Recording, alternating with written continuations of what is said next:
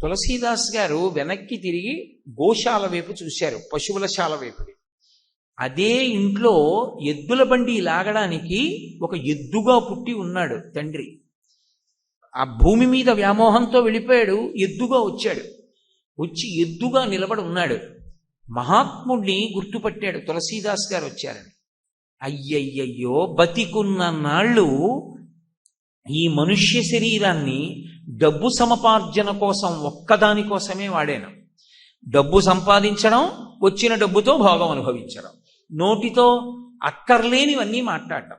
ఒక్కనాడు భగవన్నామం మాట్లాడలేదు, భగవత్ సంబంధం మాట్లాడలేదు. ఏమైంది? ఇప్పుడు ఎద్దునై నించున్నాను. తులసీదాస్ గారు నాకు అప్పుడు కూడా రామాయణం చెప్తారు, కానీ వినే ఎలా అర్థం చేసుకుంటాడు, ఎలా వింటాడు? రామాయణం విన్నా రామ అని ఎలా అంటాడు? అనలేడు. ఇక ఆ అవకాశం లేదు, జీవితంలో పోయింది. ఇప్పుడు తెలిసి వచ్చింది మనుష్య శరీరం యొక్క విలువేమిటో. ఆ శరీరంలో ఉండగా రామాయణం చదువుకునుంటే, రామాయణం మీద ఒక్క పువ్వు పెట్టి నమస్కారం చేసి ఉంటే, రామ అని ఉంటే, శివ అని ఉంటే, తులసీదాస్ గారి ఇంటికి వచ్చినప్పుడు అయ్యా కూర్చోండని చెప్పి కనీసం గుక్కెడు మంచినీళ్ళు ఇచ్చి రామాయణం వినుంటే, అంతటి మహాత్ముడికి మంచినీళ్ళు ఇచ్చినందుకు, రామాయణం పోని విన్నందుకు ఏమై ఉండేవాణ్ణు?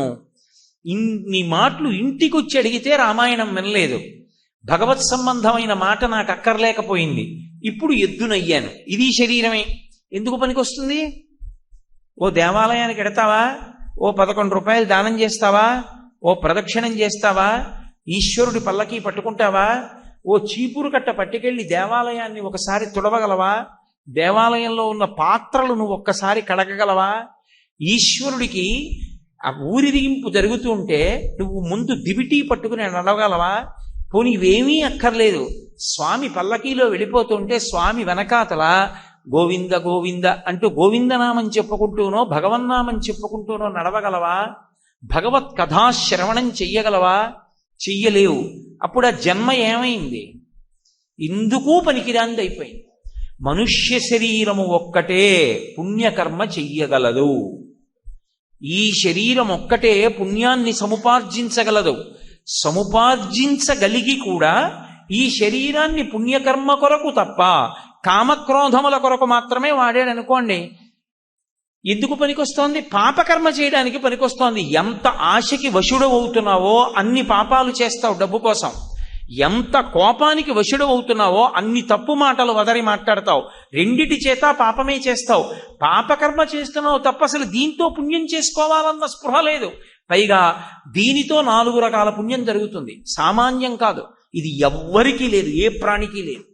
దీంతో వాచిక పుణ్యము అని ఒక పుణ్యం జరుగుతుంది. ఏమీ అక్కర్లేదు, మీరు ఉత్తినే కూర్చుని శ్రీరామ శ్రీరామ శ్రీరామ శ్రీరామ శ్రీరామ శ్రీరామ శ్రీరామ అనుకుంటున్నారు అనుకోండి, రోజుకి నేను ఒక్క 20 నిమిషాలు, మిగిలిన 23 గంటల 40 నిమిషాలు ఏం చేసినా నేను అక్కడ గడియారం పెట్టుకుని ఒక 20 నిమిషాల పాటు మాత్రం ఆగకుండా శ్రీరామనామం చెప్తాను. అది ఎవరి కోసం? జీవుడి కోసం. నేను చెప్పిన మాట బాగా గుర్తుపెట్టుకోండి. కోట్లు సంపాదించి తెచ్చి అక్కడ పెట్టావు, ఊపిరి ఇలా ఆగిందంతే అనుబంధాలన్నీ పోయి, వెంటనే పోతాయి అనుబంధాలు. శరీరమునందు ఊపిరి పోగానే అనుబంధములన్నీ ఆగిపోతాయి. ఎందుకంటే ఊపిరి తిరుగుతోందనుకోండి, నాన్నగారండి ఓయ్, బాబాయ్ గారండి ఓయ్, పెద్దనాన్నగారండి ఓయ్, అన్నయ్య, తమ్ముడు, గురువుగారు, స్నేహితుడా, ఏ పేరు పెట్టి ఏ అనుబంధంతో ఎవరు పిలవనివ్వండి, ఓయ్ అంటాడు. ఒక్కసారి ఊపిరి ఆగిపోయింది, ఇంతమంది చుట్టూ నిలబడి ఇన్ని అనుబంధాలతోనూ పిలవమనండి, ప్రతిస్పందన ఉండదు. మనసు సంకల్ప వికల్ప సంఘాతము. అది ఎప్పుడూ ఏదో ఒక కోరిక చెప్తూనే ఉంటుంది. అది ఏ కోరిక చెప్పకుండా ఉండదు. చాలా మంది అనుకుంటారు కోరిక తీరకపోతే మనిషి చాలా కోప్పడతాడనుకుంటారు. కానీ మనిషి తనకున్నటువంటి శక్తిలో ఎక్కువ భాగాన్ని ఎప్పుడు కోల్పోతాడని ధర్మశాస్త్రం చెప్తోందంటే, కోరికలు తీరినప్పుడు ఎక్కువ శక్తిని కోల్పోతాడు. ఒక్కొక్క కోరిక ఉందనుకోండి, ఆ కోరిక తీరిందనుకోండి, కోరిక తీరినప్పుడు కలిగినటువంటి తృప్తి చేత, సంతోషము చేత ఎక్కువ శక్తిని కోల్పోతూ ఉంటాడు. ఎందుకు కోల్పోతాడు, వేదాంతం అలా ఎందుకు మాట్లాడుతుంది అన్న విషయాన్ని నేను మీకు వేరుగా చూపిస్తాను. ఎందుకు మనిషిని పాడి చేస్తుందో ఆ కోరిక తీరినప్పుడు. కాబట్టి దాన్ని హితశత్రువు అంటారు. కోరిక తీరితే ఊరుకోదు, మళ్ళీ ఇంకొక కోరిక పుడుతుంది. కోరిక తీర్చుకునుట చేత పూర్తవడం అన్నది ఎప్పుడూ ఉండదు. అగ్నిహోత్రం ఉందనుకోండి, అగ్నిహోత్రాన్ని ఆర్పడానికి పట్టుకెళ్ళి నెయ్యి పోసారనుకోండి, నీళ్లలాగే ఉంది కదండి పలచగా, అందుకని పట్టుకెళ్ళి పోస్తున్నాను అని చెప్పి కుండతో పట్టుకెళ్ళి నెయ్యి పోసారనుకోండి, అగ్ని ఆరుతుందా? ఆరదు, భగ్గున మండుతుంది. అగ్నిని నేతితో ఎలా ఆర్పలేమో కోరికని తీర్చుకొనుట చేత ఎవ్వరూ ఆర్పలేరు. పైగా దాని యందు ఒక పెద్ద ప్రమాదకరమైనటువంటి పోకడ ఒకటి దాగి ఉంటుంది ఎప్పుడు. ఏమిటి దాగి ఉంటుంది అంటే రుచి, వాసన అని రెండు ఉంటాయి. ఇది మనస్సుకుండేటటువంటి లక్షణం. నేను చెప్తున్న విషయాన్ని కొంచెం జాగ్రత్తగా పట్టుకునే ప్రయత్నం చెయ్యాలి. ఎందుకంటే కొంచెం వేదాంతంలో గహనంగా ఉండేటటువంటి విషయం గురించి నేను మాట్లాడుతున్నాను. మనసు ఎప్పుడు రుచి, వాసన ఈ రెండిటిని పట్టుకుంటుంది. ఏదో ఒక కోరిక చెప్తుంది, నువ్వు ఈ కోరిక తీర్చుకో, ఈ కోరిక తీర్చుకో అంటుంది. అసలు నాకు బంగిని పిల్లి మామిడి పండు ఎలా ఉంటుందో, దాని రుచి ఎలా ఉంటుందో నాకు తెలియదు అనుకోండి. ఎప్పుడో నేను బంగిని పిల్లి మామిడి పండు తినకముందు ఒక రోజు ఉందిగా, దానికి ముందు నాకు మామిడి పండు ఎలా ఉంటుందో తెలియదుగా. మామిడి పండు తిను తిను తిను అంటుంది. ఇప్పుడు నేను ఆ మామిడి పండు తిన్నాను అనుకోండి, తిన్నప్పుడు ఏం చేస్తుందంటే రుచి అంటే దాని అనుభవం ఎలా ఉంటుందో తెలుసుకుంటుంది. నేను ఎప్పుడూ కారు ఎక్కలేదనుకోండి, మొట్టమొదటిసారి కారు ఎక్కాను అనుకోండి, కారులో వెళ్ళిన అనుభూతి ఎలా ఉంటుందో పట్టుకుంటుంది. నేను ఎప్పుడూ ఏసీలో కూర్చోలేదనుకోండి, ఎప్పుడూ బయట ఎండగా ఉంటే వేడిగాల్లో తిరగడమే నాకు అలవాటు. కానీ ఒకరోజు మొట్టమొదటిసారి ఏసీ గదిలోకి వెళ్ళాను అనుకోండి, ఏసీ గది అంటే ఇలా చల్లగా ఉంటుంది, పట్టుకుంటుంది. ఏదో ఉపన్యాసం చెప్తూ ఏమీ లేవనుకోండి, చెమటలు కారతాయి. ఓ రోజు కూలర్ పెట్టి ఫ్యాన్ పెట్టారనుకోండి, అవి రెండూ పెడితే ఉపన్యాసం చెప్పినా చెమట పట్టకుండా ఇలా ఉంటుంది, పట్టుకుంటుంది ఆ సుఖాన్ని. రుచి అంటారు, అది మనసు గ్రహిస్తుంది, దానికి ఆ లక్షణం ఉంటుంది. అది గ్రహించి వాసన దాచుకుంటుంది, అదేం వెంటనే మరిచిపోదు. ఏదో మీరు సిరాతో ఒక అక్షరం రాసి దాని మీద నీళ్లు పోస్తే చెరిగిపోతుంది, అలా ఏం విడిచిపెట్టదు మనస్సు. రుచిని చూసి వాసనని దాచుకుంటుంది. వాసన అంటే ముక్కుతో చూసే వాసన కాదు, ఆ అనుభవం ఎలా ఉంటుందో జ్ఞాపకం పెట్టుకుంటుంది. ఏసీలోకి విడితే ఇలా చల్లగా ఉంటుంది, జ్ఞాపకం పెట్టుకుంటుంది. ఫ్యాన్ వేస్తే గాలి ఇలా తగులుతుంది, గుర్తుపెట్టుకుంటుంది. కారు ఎక్కితే ఇంత వేగంగా వెళ్ళొచ్చు, గుర్తుపెట్టుకుంటుంది. నడిచి వెడితే ఇంత కష్టంగా ఉంటుంది, కాళ్ళు నిప్పెడతాయి, గుర్తుపెట్టుకుంటుంది. రుచిని పట్టుకుని వాసనని దాచుకుంటుంది మనస్సు. ఒక కోరిక తీరింది అంటే మీరు బాగా గుర్తుపెట్టుకోవలసింది ఏంటంటే మనస్సుకి ఒక రుచి, ఒక వాసన అందుతాయి. ఇది ఏం చేసుకుంటుందంటే మళ్ళీ దానికి పెద్ద ఇష్టం లేని వాటిని వదిలిపెట్టేస్తుంటుంది, దానికి మార్చుకుంటుంది. ఒకదానికన్నా ఒకటి ఎక్కువ ఇష్టం అవుతూ ఉంటుంది. ఒక్కొక్కసారి ఎన్నో రుచులు చూస్తుంది, ఇందులో ఫలానా దాని మీద నాకు ప్రీతి ఎక్కువ నిలబడుతుంది అంటే దాన్ని ఎక్కువగా కోరుకుంటూ ఉంటుంది. ఇందులో తనంత తానుగా మనిషి కోరుకునేది ఏదో తెలుసా? అన్నిటికన్నా మనసు కోరుకునేది ఏది? ఎప్పుడూ వెనకేసుకొచ్చేది, ఎప్పుడూ తప్పు పట్టంది, ఇది చాలా మంచిది అని నిర్ధారణ చేసేది, దాని మీద విపరీతమైన ప్రేమ పెట్టుకునేది. మనసు ఎవరి మీద పెట్టుకుంటుంది? నేను మీద పెట్టుకుంటుంది. మీరు బాగా గమనించండి, నా భార్య మీద ప్రేమ ఉందనుకోండి, బాగానే ఉంటుంది. ఓ రోజు కూరలో ఉప్పు ఎక్కువ వేసింది అనుకోండి, ఆ రోజు కోపం వస్తుంది. అత్తేరి కూరలో ఉప్పు ఎక్కువ వేసావు చూసుకోవద్దా అంటాను. కొడుకు నా మాట వినలేదనుకోండి, కొడుకు మీద కోపం వస్తుంది. నేను ఏదైనా తప్పు చేశాను అనుకోండి, తప్పనిసరి పరిస్థితులు నేనేం చెయ్యాలని చేయలేదు కానండి అని సమర్థిస్తాడు. తప్ప నేనుని తప్పు పట్టుకోడు. నేను మీద అంత ప్రేమ ఉంటుంది ప్రతివాడికి కూడా. ఇందులో విచిత్రం ఏమిటంటే, బయట ఉన్న వస్తువుల్ని అనుభవించేటప్పుడు రకరకాలుగా మార్చుకుని చిట్ట చివరి వయస్సుకు వచ్చేస్తూ ఉండగా, లేదా ఏ వయస్సులో ఉండనివ్వండి, ఏదో ఒక విషయం మీద మాత్రం ఎక్కువ ప్రేమ పెట్టుకుంటుంది. అది ఎవరికి వారే పరిశీలించుకోవాలి. ఒక్కనాటికి ఇతరుల మనసు రెండో వాడికి తెలియదు. మార్కండేయ పురాణంలో పునర్జన్మ ఎందుకు వస్తుంది అన్నది చెప్తారు. నా మనసులో నిజంగా ఏముంది, నా మనసులో నేను ఇప్పుడు ఎవరిని తలుచుకుంటూ ఉంటాను, ఎవరంటే నాకు ఇష్టం, నాకొక్కడికే తెలుస్తుంది. బయట వాళ్ళు నా ప్రవర్తనని బట్టి ఈయనకి ఇది ఇష్టం అనుకుంటారు, కానీ నాకేది ఇష్టమో నిజానికి ఎవరికి తెలుసు? నాకే తెలుసు. ఇది మార్చుకుని వెళ్ళి ఏం చేస్తుందంటే, ఏది బాగా ఇష్టమో దాని మీద నిలబడుతుంది. చూడండి, కొంతమంది భోజనం 365 రోజులు అన్నం తింటున్నప్పుడు పక్కన ఆవకాయ ఉండాలి. ఎన్ని కూరలు ఉండండి, ఎన్ని పచ్చళ్ళు ఉండండి, వాడికి ఆవకాయ ఉండాలి. కొంతమందికి ఏదో ముద్దపప్పు ఉండాలి, కొంతమందికి ఏదో ఒక కూర ఉండాలి. వాడికి దాని మీద విపరీతమైన ప్రీతి. అంటే అనుభవించి మనస్సు ఏం చేస్తుందంటే, ఏదో ఒక వస్తువు మీద ప్రీతి ఎక్కువ పెట్టుకుంటుంది, దాన్ని ఎక్కువగా తలుచుకుంటూ ఉంటుంది. ఎక్కువగా తలుచుకునడం వల్ల ఎందుకు అది హితశత్రువు అవుతుందంటే, తీరిన కోరిక ఎందుకు మనిషిని పాడు చేసేస్తుందంటే, ఏ కోరిక తీరితే దానికి సంబంధించిన అనుభూతిని మనసు బాగా గుర్తుపెట్టుకుందో ఆఖరి ఊపిరిలో దాన్ని స్మరిస్తుంది. ప్రాణం పోయే ముందు ఆఖరిసారి ఊపిరి కదులుతుంది, లోపల కన్నా వెడుతుంది, బయటికన్నా వస్తుంది. ఆ వచ్చినప్పుడు మనసు కదలికలో తనకి బాగా ఇష్టమైనదేదో దాన్ని పట్టుకుంటుంది. అది గురువు కాని, శాస్త్రం కాని, భగవంతుడు కాని, ఈ 3 తప్ప 4వది ఏదైనా సరే పునర్జన్మ తిరియక్కవుతుంది. తిరియక్కంటే భూమికి అడ్డంగా వెన్నుపా ఉండేటట్టు పుట్టి భూమికి అడ్డంగానే వెన్నుపా ఉండేటట్టుగా పెరుగుతాడు. అంటే కర్మాధికారం ఉండదు, ఇక పుణ్యకర్మ చేయలేడు.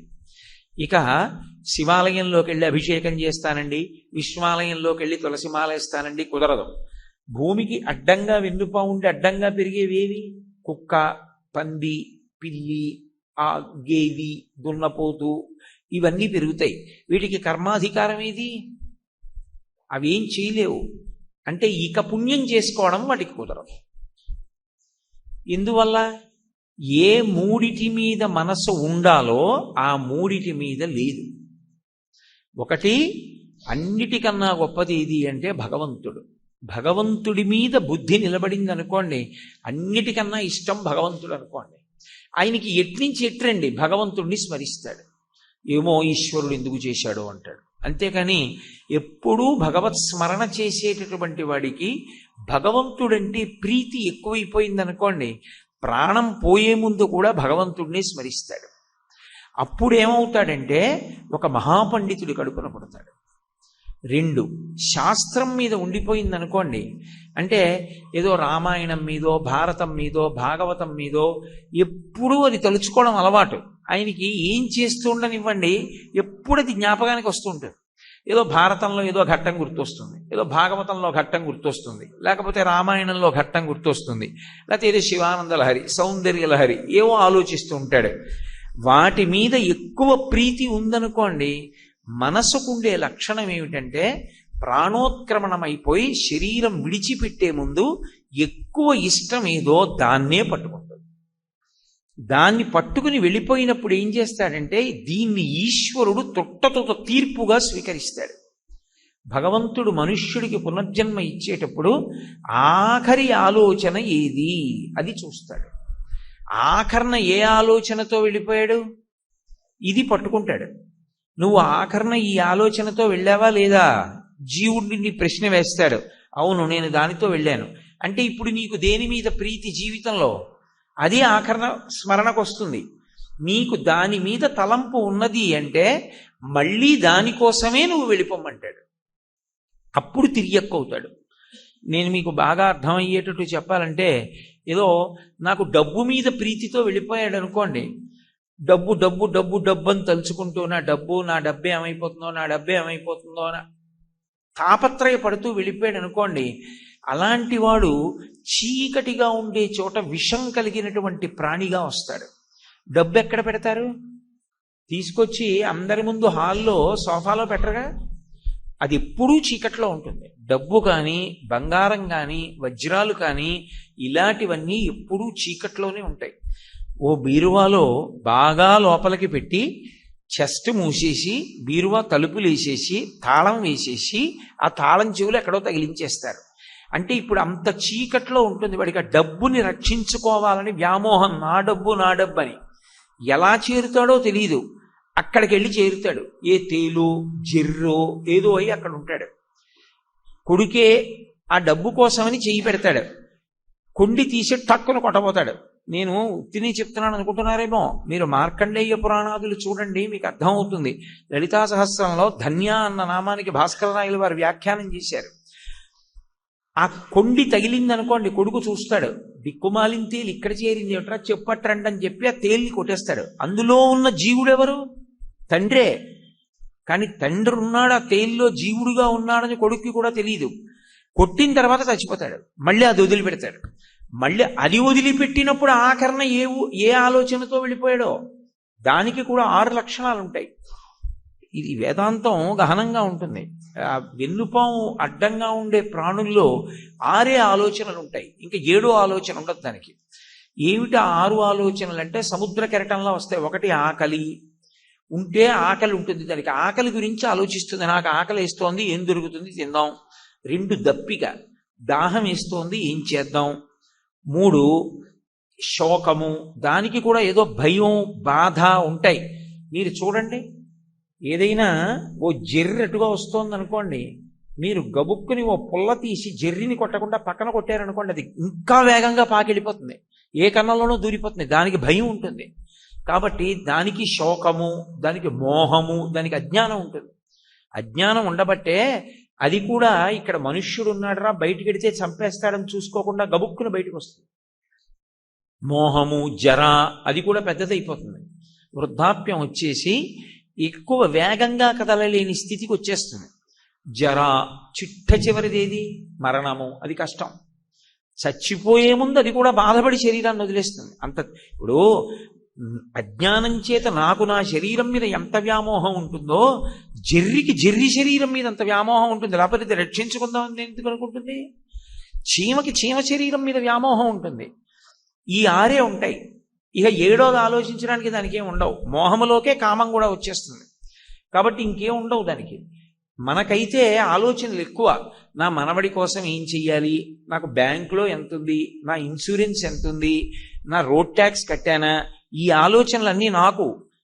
జంతువులకి ఇంక ఇవేం ఉండవు, తిరియక్కులకి 6 ఆలోచనలు ఉంటాయి. కాబట్టి అది కూడా చచ్చిపోయే ముందు ఈ 6 ఆలోచనల్లో ఏదో ఒక ఆలోచనతో చచ్చిపోతుంది, మళ్ళీ తిరియక్కే అవుతుంది. ఎందుకంటే ఒకసారి వెన్నుపాము అడ్డంగా ఉన్న ప్రాణిగా వచ్చాక గురువు శాస్త్రము దైవము ఎలా గుర్తొస్తారు దానికి? అక్కడ వస్తుంది ప్రమాదం. చాలా జాగ్రత్తగా పట్టుకోవాలి ఉస్మాని చెప్పింది. ఇందులో ఉన్నాం కాబట్టి ఈ శరీరంలో సాధన చేసి గురువు శాస్త్రము దైవము ఈ 3 గురించి ఆలోచించగలరు. ఒకసారి శరీరం వదిలిపెట్టేస్తే ఏ శరీరంలోకి వెళ్ళండి, ఇక ఈ 3 గురించిన ఆలోచన ఉండదు. కాబట్టి ఎన్ని మాటలు చచ్చిపోయినా మళ్ళీ ఇంకోసారి తిరిగి ఎక్కుతాడు. చీమ వదిలితే పాము అవుతాడు, పాము వదిలితే పంది అవుతాడు, పంది వదిలితే కప్ప అవుతాడు. ఇలా ఎన్న మాటలు, కొన్ని కోట్ల జన్మలు అలా వెళ్ళాలి. వెళ్ళిన తరువాత ఎప్పుడో ఎక్కడో ఏదో అనుషంగిక పుణ్యం లభిస్తే, అనుకోకుండా మన వల్ల ఏదైనా ఓ పుణ్యకార్యం జరిగితే అప్పుడు మళ్ళీ మనుష్య జన్మలోకి వస్తాడు. అప్పుడు ఆ మనుష్య జన్మని మళ్ళీ సక్రమంగా వినియోగించుకోలేదనుకోండి, మళ్ళీ పోయిందంతే. అన్ని కష్టాలు పడి చిట్ట చివరికి మనుష్య జన్మలోకి వచ్చాడు. అందుకే కోరికల మీద కోరికలు పెరిగిపోతున్నాయి అనుకోండి, అందుకు కామము క్రోధము తల్లి తండ్రి. మనుష్యునకు పాపకర్మ చెయ్యడానికి అవి హేతువులు అని చెప్పడానికి కారణం అది. కామము కోరిక బలపడిపోయిందనుకోండి, పునర్జన్మ వచ్చేస్తుంది తిరియక్కుగా. 2 కోరిక బలమైపోతే ఈ కోరిక ఎలాగైనా తీర్చేసుకోవాలనుకుంటాడు తప్ప, వద్దు మనకి ధర్మం కావాలి తప్ప ఈ కోరిక తీరడం ప్రధానం కాదు అని విడిచిపెట్టడు. అందుకే మనసు అదే పనిగా ఈ కోరిక తీర్చుకో, కోరిక తీర్చుకో, కోరిక తీర్చుకో అని బోధ చేసేస్తోంది అనుకోండి, లొంగిపోయాడు అనుకోండి మనుష్యుడు, ఇలా మనం చెయ్యొచ్చా చెయ్యకూడదా చూడడు, ఆ కోరికని తీర్చేసుకుంటాడు. ఆ కోరిక తీర్చేసుకోగానే పాపం పడుతుంది ఖాతాలో. అది చెయ్యకూడని పని చేసేసాడు. లంచం తీసుకోకూడదు తెలుసు, కానీ ఏదో కోరిక ఉంది. ఓ స్థలం కొందామనో, ఓ ఇల్లు కొందామనో, లేకపోతే ఎక్కడో బోల్డంత డబ్బు దాచాలనో, బంగారం కొనాలనో ఎక్కడో కోరిక ఉంది. ఆ కోరిక బలపడిపోయింది అనుకోండి, దారి తప్పిపోతాడు. దారి తప్పాడనుకోండి పాపకర్మ చేస్తాడు. క్రోధం ఉందనుకోండి ఖచ్చితంగా పాపకర్మ చేసేస్తాడు. కోపం వచ్చినప్పుడు ఎవరి యందు ఎంతకాలం ఉంటుందో చెప్పింది శాస్త్రం. వాడు ఉత్తముడు, వాడు సాధనలో ఉన్నవాడు అని తెలిసిపోతుంది. ఎందుకో తెలుసా? ఉత్తమే క్షణకోపస్య మధ్యమే ఘటికాద్వయం అధమే స్యాదహోరాత్రం పాపిష్టే మరణాంతకః.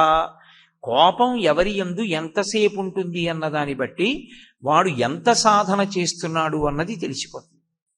ఉత్తమే క్షణకోపస్య, ఉత్తముడైన వాడికి కూడా కోపం వస్తుంది. ఎందుకో తెలుసా? విభేదించిన కారణం చేత. తప్పును మీరే మాట మాట్లాడుతున్నారో అది సత్యం కాదు, అలా మాట్లాడకూడదు అని అనిపించింది అనుకోండి, కోపం వస్తుంది. కానీ ఆ క్షణం అంతే. ఆ విషయంలో విభేదించాను, అక్కడ వరకే. మిగిలిన విషయాల్లో గౌరవం ఎందుకు తీసేయాలి? కాబట్టి అక్కడతో వదిలిపెట్టేస్తాడు. ఉత్తముడి కోపం క్షణం ఉంటుందంతే, ఇక ఆయనకి జ్ఞాపకం కూడా ఉండదు ఆ విషయం. మధ్యమే ఘటికాద్వయం, మధ్యముడికి ఒక ఘడియ కాదు. అధమే స్యాదహోరాత్రం, అధముడికి ఒక రాత్రి ఒక పగలు ఉంటుంది.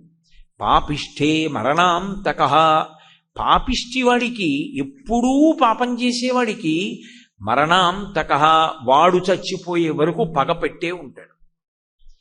అందుకే క్రోధం ఎంతసేపు ఉంటుంది అన్నదాన్ని బట్టి వాడు ఎంత పాపం చేస్తాడు అన్నది చెప్తారు. అందుకే క్రోధాన్ని నిగ్రహించుకో. ఓ మాట చెప్తారు రామాయణంలో, క్రుద్ధ పాపం నకుర్యాత్కః క్రుద్ధో హన్యాద్గురూనపి క్రుద్ధ పరుషయా వాచ నరం సాధు నధిక్షిపేత్. కోపం అన్నది మనిషిని గట్టిగా వచ్చేసి ఆవహించేసింది అనుకోండి, కోపం వచ్చిందంటారు. ఇప్పుడు కోటేశ్వరరావు గారు ఇక్కడికి వచ్చారు అన్నారనుకోండి, అంటే నేను ఎక్కడో బయలుదేరానని గుర్తు కదూ. నేను ఇక్కడ లేను, కోటేశ్వరరావు గారు ఇక్కడికి వచ్చారు అంటే కాకినాడ నుంచి నేను ఇక్కడికి వచ్చాను. నాకు కోపం వచ్చింది, ఎక్కడి నుంచి వచ్చింది? కోపం ఉండడానికి వేరే ప్రదేశం లేదు, కోపం ఇక్కడే కూర్చుంటుంది. అది ప్రమాదం, ఎప్పుడూ పరిశీలించాలి. అవకాశం కానీ మీరు ఇచ్చారనుకోండి రగులుకుంటుంది, పైకి వచ్చేస్తుంది. మీరు అవకాశం ఇవ్వలేదనుకోండి అణిగిమణిగి పడుంటుంది లోపల. అందుకే కామక్రోధశ్చ లోభశ్చ దేహే తిష్టంతి తస్కరాః జ్ఞానరత్నాపహారాయ తస్మాత్ జాగ్రత్త జాగ్రత్త అంటారు శంకరాచార్యుల వారు. ఇక్కడే కూర్చుంటుంది కోపం. అవకాశం దొరికింది, భగ్గున పైకి వస్తుంది. ఒక్కసారి విపరీతమైన కోపానికి వశుడైపోయి మనిషి ఊగిపోయాడు అనుకోండి, క్రుద్ధ పాపం నకుర్యాత్కః అన్నారు. అసలు వాడు ఏ పాపం చేయడు, ఏ పాపమైనా చేసేస్తాడు. క్రుద్ధో హన్యాద్గురూనపి, గురువు గారిని కూడా చంపేస్తాడు. క్రుద్ధో హన్యాద్గురూనపి క్రుద్ధ పరుషయా వాచ. అంత క్రోధానికి వశుడైపోయిన వాడి నోటి వెంట ఎప్పుడూ కూడా మంచి మాటలు రావు. సరళంగా మాట్లాడ్డావు, శాంతియుతంగా మాట్లాడ్డావు. ఏమండి మీరు అండవు, ఎరా నువ్వు అంటాడు. ఒక్కసారి కాని క్రోధమునకు వశుడైపోయాడా, నోటి వెంట రాకూడని మాటలు వచ్చేస్తాయి. క్రుద్ధ పాపం నకుర్యాత్కః క్రుద్ధో హన్యాత్ గురూనపి క్రుద్ధ పరుషయా వాచ నరం సాధు నధిక్షిపేత్. ఆ క్రోధం ఎక్కువైపోయింది అనుకోండి, ఎంతటి మహాత్ముల్ని కూడా తప్పు పట్టి వారెంతటి వారంటాడు. వారెంతటి వారని కూడా అండవు, వాడెంతటి వాడంటాడు. కాబట్టి మనిషి కోపాన్ని ఎలా విడిచిపెట్టాలి అని చెప్పిందంటే శాస్త్రం, యథోరగస్త్వచం జీర్ణాం సవై పురుషముచ్యతే. కుబుసం పాముకి ఎక్కడి నుంచి వస్తుంది? పాము ఒంట్లోంచే పుడుతుంది. పాము ఒంట్లోంచి పాముకి కుబుసం పుడితే పాముకి కళ్ళే కనపడవు, కళ్ళకు అడ్డంగా వస్తుంది కుబుసం.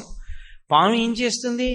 నా ఒంట్లో పుట్టిన కుబుసమే నా శరీర నిర్మాణం ఎలా ఉందో అలాగే ఉంది, దీన్ని వదిలేయడం ఎందుకని ఆలోచించదు. గరుగ్గా ఉన్నదాన్ని చుట్టుకుని దానికి ఒరుసుకుంటుంది, శరీరాన్ని ఒరుసుకుని కుబుసం వదిలేస్తుంది. అందుకే ఎప్పుడైనా పాము కుబుసం కనపడింది అనుకోండి, ఆ పాము ఎంత పెద్దదో ఏ జాతి పామో చెప్పేస్తారు. పాము శరీరం మీద మచ్చలు ఎలా ఉంటాయో కుబుసం మీద మచ్చలు అలాగే పడతాయి. పాము తన ఒంట్లోనే పుట్టినదైనా కుబుసాన్ని తాను వదిలిపెట్టేస్తుంది తప్ప కుబుసాన్ని ఉంచుకోదు. పాము కుబుసాన్ని ఎలా విడిచిపెట్టిందో మనిషి కోపాన్ని అలా విడిచిపెట్టేయాలి తప్ప కోపాన్ని ఎప్పుడూ కూడా అట్టెపెట్టుకోకూడదు. అది ప్రమాదకారి. మీరు ఒకటి బాగా జ్ఞాపకం పెట్టుకోండి, కోపం ఎవరికి శత్రువో తెలుసా? ఎవరికి కోపం వచ్చిందో వాళ్ళకే శత్రువు. తన కోపమే తన శత్రువు, తన శాంతమే తనకు రక్షదయ చుట్టంబౌ అని తన సంతోషమే స్వర్గము. చిన్నతనంలో మనకి నేర్పుతారు. నేర్పినప్పుడు తన కోపమే తన శత్రువు, నా కోపం నాకు శత్రువు, నా కోపం మీకు శత్రువు కాదు. ఎందుకో తెలుసా? దాని ఎందుకు లక్షణం ఉంటుంది. నాకు ఏదో చాలా కోపం వచ్చేసింది అనుకోండి, అవతలవారు చాలా పెద్ద మనిషి, నేను పట్టుకుని నువ్వు ఒరేయ్ అని నా ఇష్టం వచ్చినట్లు మాట్లాడాను.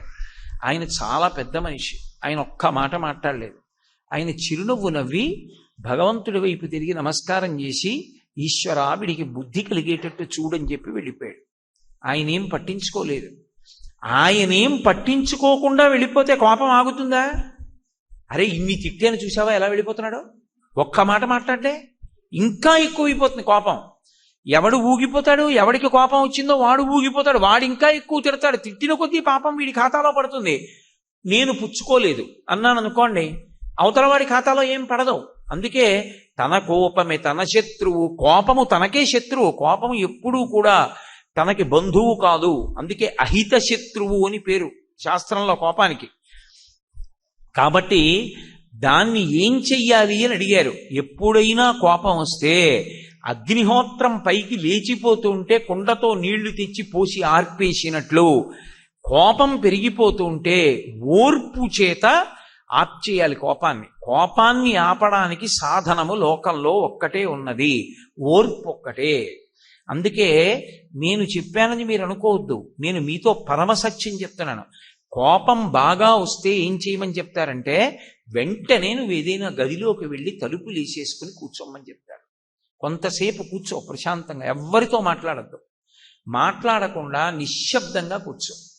నీకు వీలైతే ఒక అద్దం పెట్టుకుని నిన్ను నువ్వు చూసుకో. ఎంత భయంకరంగా ఉంటావో కోపం వచ్చినప్పుడు, ముఖంలో ఎంత వికారం వచ్చేస్తుందో, ఎంత ఊగిపోతాడో మనిషి కనపడుతుంది. కాసేపు భగవత్ స్వరూపం గురించి కానీ గురువుల గురించి కానీ ఆలోచించి మహాత్ములైన వారికి సంబంధించిన పుస్తకాన్ని తిప్పి వారి చిత్రాలు చూస్తే వెనక్కి వెళ్ళిపోతుంది. పొంగిపోతున్న పాల మీద నీళ్లు చల్లితే పాలు ఎలా వెనక్కెడతాయో, మహాత్ముల యొక్క మూర్తులను చూసినా నిశ్శబ్దంగా మంచి విషయం వైపుకి మనసుని తిప్పినా కోపం వెనక్కి వెళ్ళిపోతుంది. ఏదో కామకోటి పీఠాధిపత్యం వహించిన మహాపురుషులు చంద్రశేఖరేంద్ర సరస్వతి స్వామి వారి వివిధ ఫోటోలతో కూడుకున్నటువంటి ఓ పుస్తకాన్ని అలా తిప్పారనుకోండి, అవన్నీ చూస్తుంటే ఎంతటి మహాత్ముడురా నిజంగా అనిపించి కోపం వెనక్కి వెళ్ళిపోతుంది. అందుకే కోపాన్ని తగ్గించడానికి ఒకే ఒక మార్గం ఇది, ఓర్పు ఒక్కటే. ఆ సహనము లేదనుకోండి, మీరు కోపాన్ని ఆపలేరు. అగ్నిని ఆర్పడానికి లోకంలో నీళ్లు ఎలా ఉంటాయో, కోపాన్ని తగ్గించడానికి ఓర్పు ఒక్కటే సాధనము. ఇప్పుడు నాకు ఒక్క మాట చెప్పండి. కామము క్రోధము, కామము క్రోధము, కామము క్రోధము జీవితంలో నిద్ర లేచి పడుకునే వరకు ఇవి రెండు మారి మారి మారి మారి వస్తుంటాయి. నేను ఉదాహరణ చెప్పాలంటే, ఇక్కడికి ఉపన్యాసానికి వద్దామని బయలుదేరాను. అది నా కామం. నా కామం అంటే నా కోరికే. నేను అనుకున్న సమయానికి వచ్చేసాను అనుకోండి, నా కోరిక తీరింది. నేను రాలేక మధ్యలో ఒక 45 నిమిషాలు ఉండిపోయాను. ఇప్పుడు నేను పిచ్చి కేకలు వేసేసి వెర్రి కేకలు వేసేసి కోప్పడిపోయి ఎవరెవరి మీదో దెబ్బలాడేసాను అనుకోండి, ఇప్పుడు దాని సంగతి మాట దేవుడు ఎరుగు, కానీ ఇక్కడికి వచ్చి నేను స్థిమితంగా ప్రసంగం ఏం చేయగలను? అంత ఊగిపోయినప్పుడు నాకు స్ఫురణ ఉండదు, జ్ఞాపక శక్తి సరిగ్గా నిలబడదు. నిలబడనప్పుడు నేను ప్రవచనం ఏం చేస్తాను? మనిషి జీవితంలో కామము క్రోధము, కామము క్రోధము, కామము క్రోధము, ఇవి మారి మారి మారి మారి ఉద్భుతమవుతూనే ఉంటాయి. మనస్సు ఒక కోరిక చెప్తుంది, తీరితే తృప్తి, తీరకపోతే ఎవరి వలన తీరలేదో కారణం వెతుక్కుంటుంది. అది తీరలేదయా ఈశ్వరాజ్ఞ అని విడిచిపెట్టదు. తీరలేదు కాబట్టి ఎవరి వలన తీరలేదు, నాకు ఎవరడ్డొచ్చారు, ఎవరినో ఒకళ్ళని వెతుక్కుంటుంది. వెతుక్కుని ఇప్పుడు ఈ కోపాన్నంతటినీ వాడి మీద విడిచిపెడుతుంది. విడిచిపెట్టి పాపాన్ని చేస్తూ ఉంటుంది. కాబట్టి ఇప్పుడు ఈ కామము క్రోధము, కామము క్రోధము, రుచి వాసన ఇవే మనిషిని నిరంతరం పాడు చేసి పాపం చేయిస్తూ ఉంటాయి. ఇప్పుడు పాపమునకు తల్లిదండ్రులు ఎవరు? కామక్రోధములు. కాబట్టి పాపం చేయకుండా ఉండాలి అని నేను అన్నాను అనుకోండి, మీరు పాపం చేయకండి అన్నాను అనుకోండి, నే పాపం చేయకండి అంటే చేయడం మానేయడం తేలిక? అంత తేలిక కాదు. నేను చెప్పానని మానేస్తే ఇంత ఉపన్యాసం ఎందుకు? మీరు రేపు పొద్దున్న నుంచి కామక్రోధాలకి వశం కాకండి అని ఓ మాట చెప్పి వెళ్ళిపోతే చాలు, నాకు ఇంకోళ్ళు చెప్తే చాలు. కానీ మరి ఎందుకు వశపడిపోతున్నాం మనం అంటే, కామక్రోధములకు వశపడిపోతున్నాం కాబట్టే పాపాలు చేస్తున్నాం. కామక్రోధాలకి వశపడిపోతున్నాం కాబట్టే రుచి వాసనకి మనసు లొంగిపోతోంది. ఇదే భాగవతం 10వ స్కంధంలో కృష్ణ భగవానుడు ఒక అద్భుతమైనటువంటి లీలగా చూపిస్తాడు. దీన్ని పాపకర్మాచరణమునకు అవకాశం ఎక్కడుంటుందో చూపిస్తాడు. ఆయన ఆవుల్ని దూడల్ని కాస్తూ ఉంటాడు. వాటిని రక్ష చేస్తున్నప్పుడు కంసుని పనుపున వచ్చినటువంటి ఒక రాక్షసుడు ఒక దూడ రూపంలో ప్రవేశిస్తాడు. ప్రవేశించి కృష్ణుణ్ణి చంపాలి, అది ఆ రాక్షసుడి కోరిక. వాడు ఒక దూడ వేషంలో వచ్చాడు. ఇప్పుడు ఈ దూడ వేషంలో ఒక రాక్షసుడు వస్తే, వెలగ చెట్టు రూపంలో ఒక రాక్షసుడు వచ్చాడు. దాని నిండా వెలగపళ్ళున్నాయి. ఈ ఇద్దరూ ఎందుకు వచ్చారంటే, కృష్ణుడు ఆదమరిచి గొల్లపిల్లలతో ఆడుకుంటున్న వేళ చూసి వెనక నుంచి వెలగ చెట్టు, ముందు నుంచి ఆవు దూడ రెండూ వచ్చి బాలకృష్ణుణ్ణి కుమ్మి చంపెయ్యాలి అని వాటి కోరిక. అందుకని ఒకవైపు వెలగ చెట్టు పళ్ళతో, ఒకవైపు దూడ రెండూ వచ్చాయి. ఆ గోపాల బాలురు అన్నారు, వాళ్ళ దగ్గర ఎన్ని గోవులున్నా వాళ్ళు వాళ్ళ గోవులేవో వాళ్ళది కాని గోవేదో వాళ్ళు కనిపెడతారు. వాళ్ళన్నారు, కృష్ణ కృష్ణ, ఈ ఆవు దూడ చూశావా ఎంత చెంగున గింతుతోందో, చాలా చమత్కారంగా ఉంది. ఈ దూడ ఎవరిది, ఎలా వచ్చింది మన మందలోకి అన్నారు. కృష్ణుడు ఏమీ తెలియని వాళ్ళ చిన్ని కృష్ణుడు అన్నాడు, ఈ దూడ ఎవరిదో చూస్తానుండండి అని దగ్గరికి వెళ్ళాడు. వెళ్ళి ఒక్కసారి ఆ ఆవు దూడ యొక్క 4 కాళ్ళు కలిపి పట్టుకున్నాడు. పట్టుకుని దాని తోకని 4 కాళ్ళకి చుట్టు తిప్పి కట్టాడు. చుట్టు తిప్పి పట్టి ఇలా ఆ 4 కాళ్ళు పట్టుకుని ఆ దూడని పైకెత్తి గిర్ర తిప్పాడు. తిప్పి ఈ దూడని తీసి వెలగ చెట్టుకేసి కొట్టాడు. కొడితే దూడ చచ్చిపోయింది.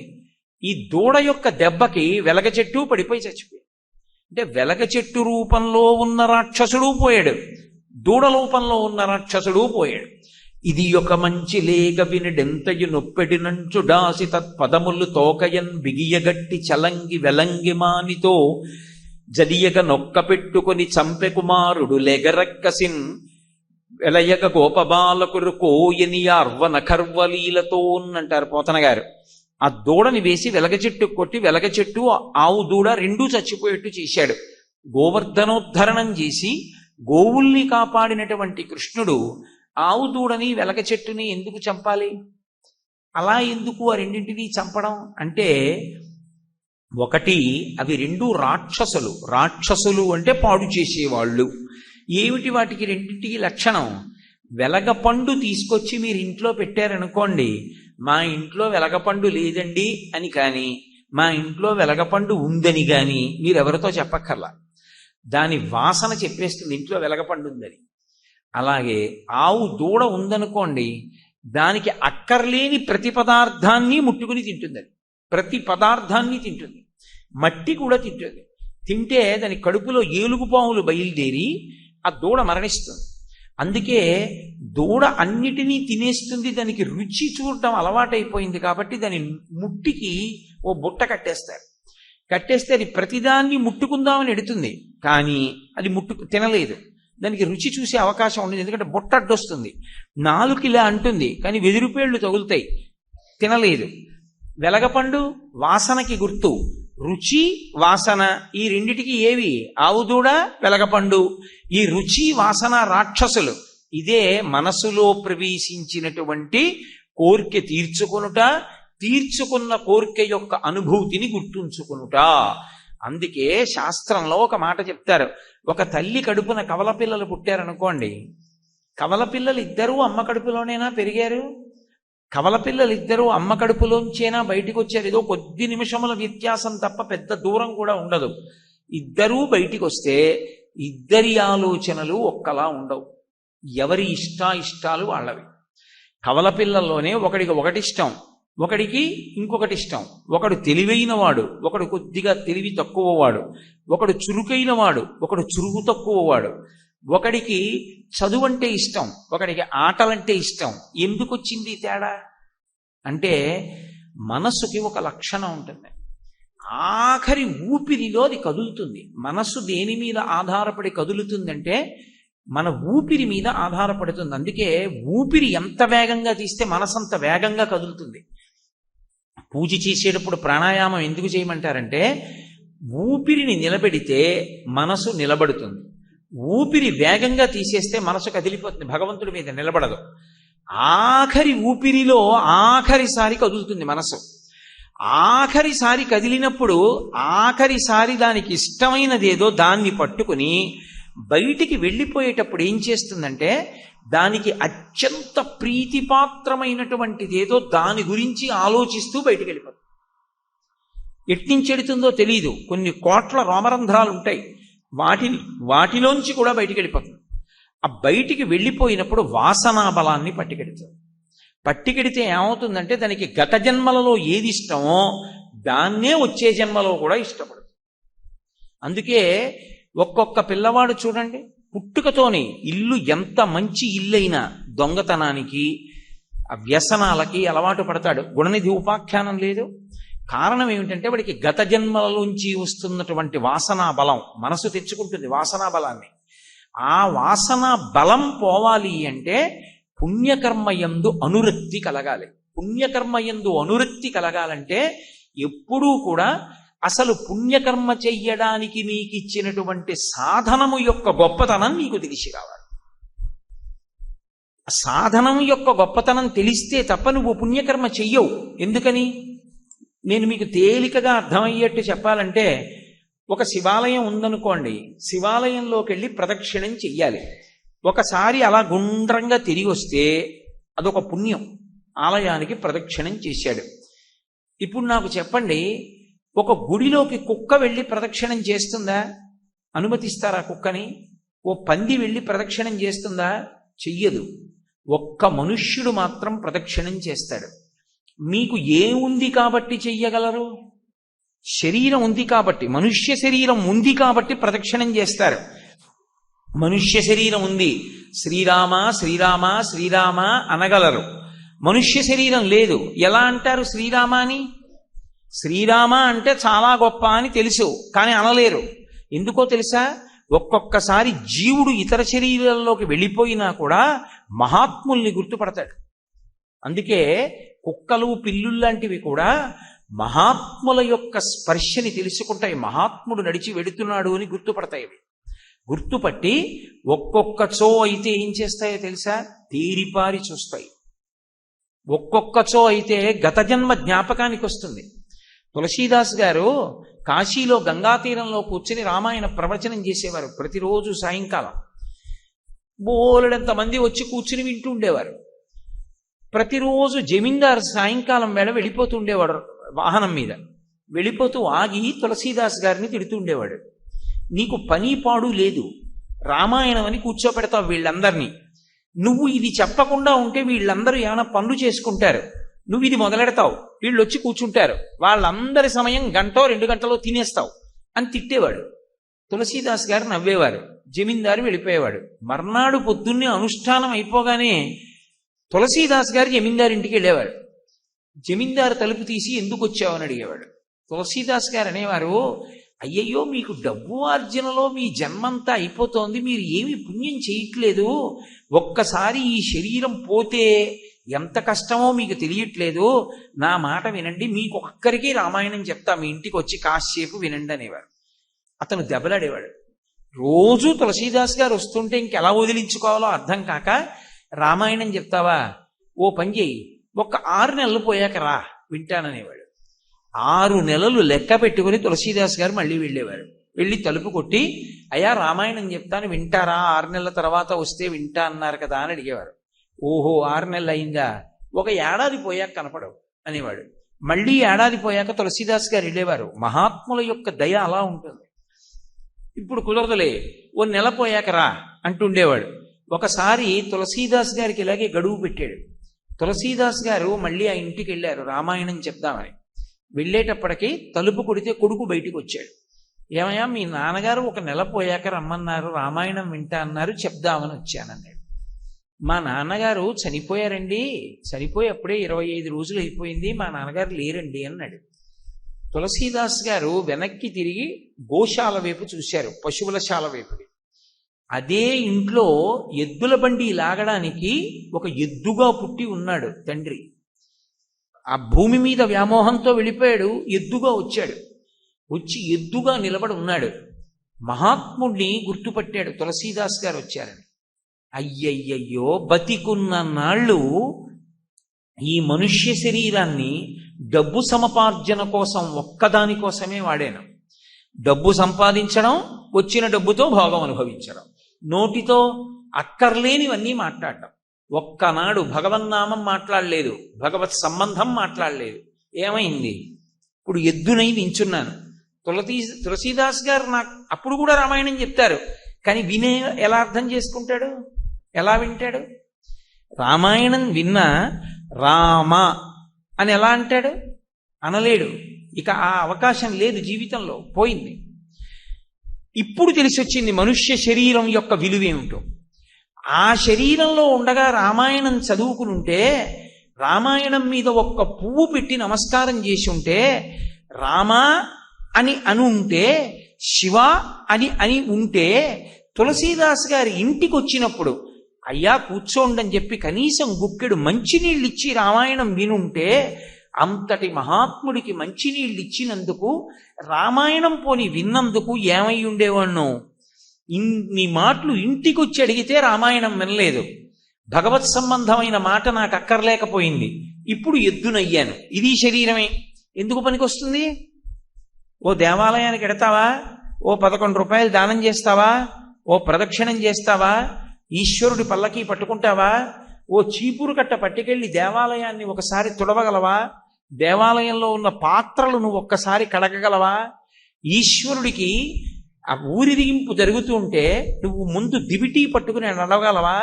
పోనీ ఇవేమీ అక్కర్లేదు, స్వామి పల్లకీలో వెళ్ళిపోతుంటే స్వామి వెనకాతల గోవింద గోవింద అంటూ గోవిందనామం చెప్పుకుంటూనో భగవన్నామం చెప్పుకుంటూనో నడవగలవా? భగవత్ కథాశ్రవణం చెయ్యగలవా? చెయ్యలేవు. అప్పుడు ఆ జన్మ ఏమైంది? ఇందుకు పనికిరాంది అయిపోయింది. మనుష్య శరీరము ఒక్కటే పుణ్యకర్మ చెయ్యగలదు. ఈ శరీరం ఒక్కటే పుణ్యాన్ని సముపార్జించగలదు. సముపార్జించగలిగి కూడా ఈ శరీరాన్ని పుణ్యకర్మ కొరకు తప్ప కామక్రోధముల కొరకు మాత్రమే వాడాడు అనుకోండి, ఎందుకు పనికొస్తోంది? పాపకర్మ చేయడానికి పనికొస్తోంది. ఎంత ఆశకి వశుడవుతున్నావో అన్ని పాపాలు చేస్తావు డబ్బు కోసం. ఎంత కోపానికి వశుడవుతున్నావో అన్ని తప్పు మాటలు వదరి మాట్లాడతావు. రెండిటి చేత పాపమే చేస్తావు. పాపకర్మ చేస్తున్నావు తప్ప అసలు దీంతో పుణ్యం చేసుకోవాలన్న స్పృహ లేదు. పైగా దీనితో 4 రకాల పుణ్యం జరుగుతుంది. సామాన్యం కాదు, ఇది ఎవ్వరికీ లేదు, ఏ ప్రాణికి లేదు. దీంతో వాచిక పుణ్యము అని ఒక పుణ్యం జరుగుతుంది. ఏమీ అక్కర్లేదు, మీరు ఉత్తినే కూర్చుని శ్రీరామ శ్రీరామ శ్రీరామ శ్రీరామ శ్రీరామ శ్రీరామ శ్రీరామ అనుకుంటున్నారనుకోండి, రోజుకి నేను ఒక్క 20 నిమిషాలు, మిగిలిన 23 గంటల 40 నిమిషాలు ఏం చేసినా నేను అక్కడ గడియారం పెట్టుకుని ఒక 20 నిమిషాల పాటు మాత్రం ఆగకుండా శ్రీరామనామం చెప్తాను. అది ఎవరి కోసం? జీవుడి కోసం. నేను చెప్పిన మాట బాగా గుర్తుపెట్టుకోండి. కోట్లు సంపాదించి తెచ్చి అక్కడ పెట్టావు, ఊపిరి ఇలా ఆగిందంతే అనుబంధాలన్నీ పోయి, వెంటనే పోతాయి అనుబంధాలు. శరీరమునందు ఊపిరి పోగానే అనుబంధములన్నీ ఆగిపోతాయి. ఎందుకంటే ఊపిరి తిరుగుతోందనుకోండి, నాన్నగారండి ఓయ్, బాబాయ్ గారండి ఓయ్, పెద్దనాన్నగారండి ఓయ్, అన్నయ్య, తమ్ముడు, గురువుగారు, స్నేహితుడా, ఏ పేరు పెట్టి ఏ అనుబంధంతో ఎవరు పిలవనివ్వండి, ఓయ్ అంటాడు. ఒక్కసారి ఊపిరి ఆగిపోయింది, ఇంతమంది చుట్టూ నిలబడి ఇన్ని అనుబంధాలతోనూ పిలవమనండి, ప్రతిస్పందన ఉండదు. ఇది శంకర భగవత్పాదులు అంటారు, కింవానేన ధనేన వాజికరిభిప్రాప్తేన రాజ్యేన కిం వా పుత్ర కళత్ర మిత్ర పశుభిర్దేహేన గేహేన కిం జ్ఞాతైతక్షణభంగురం సపతిరోత్యాద్యం మనోదూరత స్వాత్మార్థం గురువాక్యతో భజ భజ శ్రీ పార్వతీ వల్లభం అంటారు. కోట్లు సంపాదించి తెచ్చావు, నీ జీవితంలో ఎంతో సమయం పోయింది, వస్తుందా వెంట? పనిచేసుకుంటారు బిడ్డలు. ఓ ఇల్లు కట్టావు, నువ్వు ఉన్నప్పుడు ఇలా చూపించి ఇది నా ఇల్లు అండి అన్నావు, వెళ్ళిపోయాడు యజమాని, కొడుకు ఇలా చూపించి ఇది నా ఇల్లు అండి అన్నాడు. ఇల్లు బాధపడదు, అయ్యో పాపం ఆయన ఎంత కష్టపడి కట్టాడో, నన్ను తప్పురా అలా అంటావేమిటి, మీ నాన్న కట్టాడని చెప్పరా అని ఇల్లేమందవు, ఇది నా ఇల్లు అని కొడుకంటే ఊరుకుంటుంది. కొడుకు ఎవరికో అమ్మేశాడు, వాడు వచ్చి ఇది నా ఇల్లు అన్నాడు, ఏమంది ఇల్లు అలాగే ఉంటుంది. డబ్బు ఎవడు తీసుకుంటే వాడితో వెళ్ళిపోతుంది, నగలు ఎవరు పుచ్చుకుంటే వాడితో వెళ్ళిపోతాయి, ఆఖరికి శరీరం కట్టెలలో కాలిపోతుంది. నువ్వు జీవుడేమైపోయాడు? సంపాదించావు మంచిదే, సంపాదించద్దని బిడ్డలకు ఇవ్వద్దని ధర్మశాస్త్రాలు చెప్పలా, సంపాదించవలసిందే బిడ్డలకు ఇవ్వవలసిందే. కానీ అదొకటే శాశ్వతం అనుకుంటే ఊపిరి ఆగిపోయినప్పుడు వాళ్ళతో అనుబంధం లేదు, సంపాదించింది నీ వెంట వచ్చే అవకాశం లేదు. కానీ జీవుడు మాత్రం మళ్ళీ ఇంకో జన్మ కెడతాడు, ఇంకో శరీరంలో కెడతాడు. అప్పుడు అక్కడ కూడా భార్య ఉంటుంది, బిడ్డలు ఉంటారు, వాళ్ళని పోషించాలి అంటే నీకు అప్పుడు ఐశ్వర్యం కావాలంటే నువ్వు చేసిన పుణ్యం ఏదైనా ఉంటేనే ఇస్తాడు ఈశ్వరుడు. ఆ పుణ్యం లేని నాడు ఇవ్వడు. ఇలా పెట్టడం చేత కానప్పుడు ఆ చెయ్యి ఇలా ఉండాలి తప్ప మళ్ళీ ఇలా పెట్టే చెయ్యి ఇంకవదు. నీ జీవుడికి నువ్వు ద్రోహం చేసుకుంటున్నావు, ఆత్మద్రోహము అంటారు. అంటే వాడు తనకి తాను ద్రోహం చేసుకుని అందరికీ ఉపకారం చేస్తున్నాడు. నీ జీవుడికి నువ్వు చేసుకునే ఉపకారం, ప్రయత్నపూర్వకంగా ఈ శరీరం ఉండగానే ఒక గుడికి వెళ్ళి దర్శనం చెయ్యి, ఒక గుళ్ళో ప్రదక్షిణం చెయ్యి, 20 నిమిషాలు కనీసం నువ్వు రామనామమో శివనామమో చెప్పు, భాగవత గ్రంథాన్ని 2 పేజీలు చదువు, రామాయణం 2 పేజీలు చదువు. నీకు అవకాశం ఉన్నప్పుడల్లా భగవంతుని గురించి స్మరణ చెయ్యి, భగవత్ కథలను మనసులో స్మరణ చెయ్యి. దానివల్ల నువ్వు నీ పిల్లలకి తక్కువ చేసిందేమీ లేదుగా. పోనీ ఉద్యోగం చేయవలసిన సమయంలో మానేస్తే తప్పు, డబ్బు సంపాదించాలందుకో. ప్రయాణం చేస్తున్నప్పుడు భగవన్నామం జ్ఞాపకం చేసుకోవడానికే ఒక 10 నిమిషాలు మాట్లాడితే పక్కవాడికి తెలియక్కర్లేదు, 11 మాటలు మనసులో భగవన్నామం చెప్తుండు. 10 నిమిషాలు మాట్లాడావు, అయిపోయింది, పక్కవాడికి కూడా తెలియక్కర్లేదు నువ్వు చెప్తున్నావని 11 మాటలు భగవన్నామం చెప్తుండు. అది నీ జీవుడి కోసం. నువ్వు మాట్లాడుతున్న మిగిలిన మాటలన్నీ నీతో వస్తున్న వాళ్ళ కోసం. నేనే ఇప్పుడు కారులో వస్తున్నాను, కాకినాడ నుంచి ఇక్కడ రావడానికి ఇవాళ 2 గంటలు పట్టింది. ఈ 2 గంటలు నేను ఏం మాట్లాడానో అదంతా పుల్లు. ఎందుకు పనికి వస్తుంది? అది ఎవరికి పనికి వస్తుంది? అదే ప్రతి 10 నిమిషాలకి నేను 11 మాటలు మనసులో చెప్పిన గోవిందనామం ఏదైనా ఉంటే అదొక్కటే నా జీవుడికి పనికి వస్తుంది. నా జీవుడితో నేను పట్టుకెళ్ళేది ఏదైనా ఉంటే అదొకటే. ఈ శరీరం విడిచిపెట్టి ఇంకో శరీరంలోకి వెళ్ళినప్పుడు అక్కడ నేను ఒక ఉన్నత స్థాయిని పొందాలన్నా, అక్కడ భార్య మంచిది రావాలన్నా, బిడ్డలు మంచివాళ్ళు పుట్టాలన్నా, శరీరానికి వ్యాధి లేకుండా ఉండాలన్నా, తిన్నది జీర్ణం కావాలన్నా, నలుగురికి పెట్టుకోవాలన్నా, నువ్వు చేసిన పుణ్యం నీతో వస్తుంది జీవుడిగా. నీ గురించి నువ్వు ఆలోచించుకోనప్పుడు నిన్నెవరు బాగు చేయగలరు? అది మనుష్య శరీరంతోనే చెయ్యాలి. ఈ శరీరము లేని నాడిక నువ్వు చేసుకోలేవు జీవుడికి. జీవుడికి పుణ్యము రావడానికి శరీరమే సాధనము. బాగా గుర్తుపెట్టుకోండి. అది మన ప్రమేయం వల్ల రాదు. మన ప్రమేయం వల్ల మనుష్య శరీరం తెచ్చుకోగలిగితే లోకంలో ఇన్ని జీవులు ఉండవు. కుక్కలు, పిల్లులు, నల్లులు ఇవన్నీ చేతకాక కుక్కలయ్యాయా? అవి కూడా మనుష్య శరీరం అడుగుతాయి. అవి వాటికి రాలేదంటే వాటి దురదృష్టం అంతే. మన అదృష్టం ఈ శరీరాన్ని పొందాం. పోనీ దీనికి ఏమైనా నమ్మకం ఉందా? ఇన్నాళ్ళు ఉంటానండి చేస్తాను, ఇప్పుడు కాదులేండి రేపు చేస్తాను పుణ్యం అనగలవా? కుదరదు. ఎందుకంటే నిత్యమా జీవితము నీటి బై బుగ్గ. నీటి మీద బుడగ ఎంతసేపు ఉంటుంది? బుడగ చాలా పెద్దదండి, రంగురంగులుగా ఉంది, ఫోటో తీసుకుంటానండి అని నువ్వు కెమెరా పట్టుకొచ్చే లోపల బుడగ టప్పుమంటుంది. మనుష్య శరీరంలో జీవుడు ఎంతకాలం ఉంటాడు ఎవ్వరికీ తెలియదు, ఎప్పుడైనా వెళ్ళిపోవచ్చు. కాబట్టి కురుపుణ్యమహోరాత్రం, శరీరాన్ని వాడుకుని రాత్రి పగలు అని ఆలోచించకో. పుణ్యకర్మ నీ కొరకు నువ్వు చేసేసుకోవడం మొదలు పెట్టుకో. దాని ఎప్పుడూ కూడా లోకంలో జ్ఞాపకం పెట్టుకోండి, 4 యందు పరమతృప్తి ఉండాలి, 4 యందు ఎప్పుడూ తృప్తి ఉండకూడదు. ఇది శాస్త్రవాక్కు.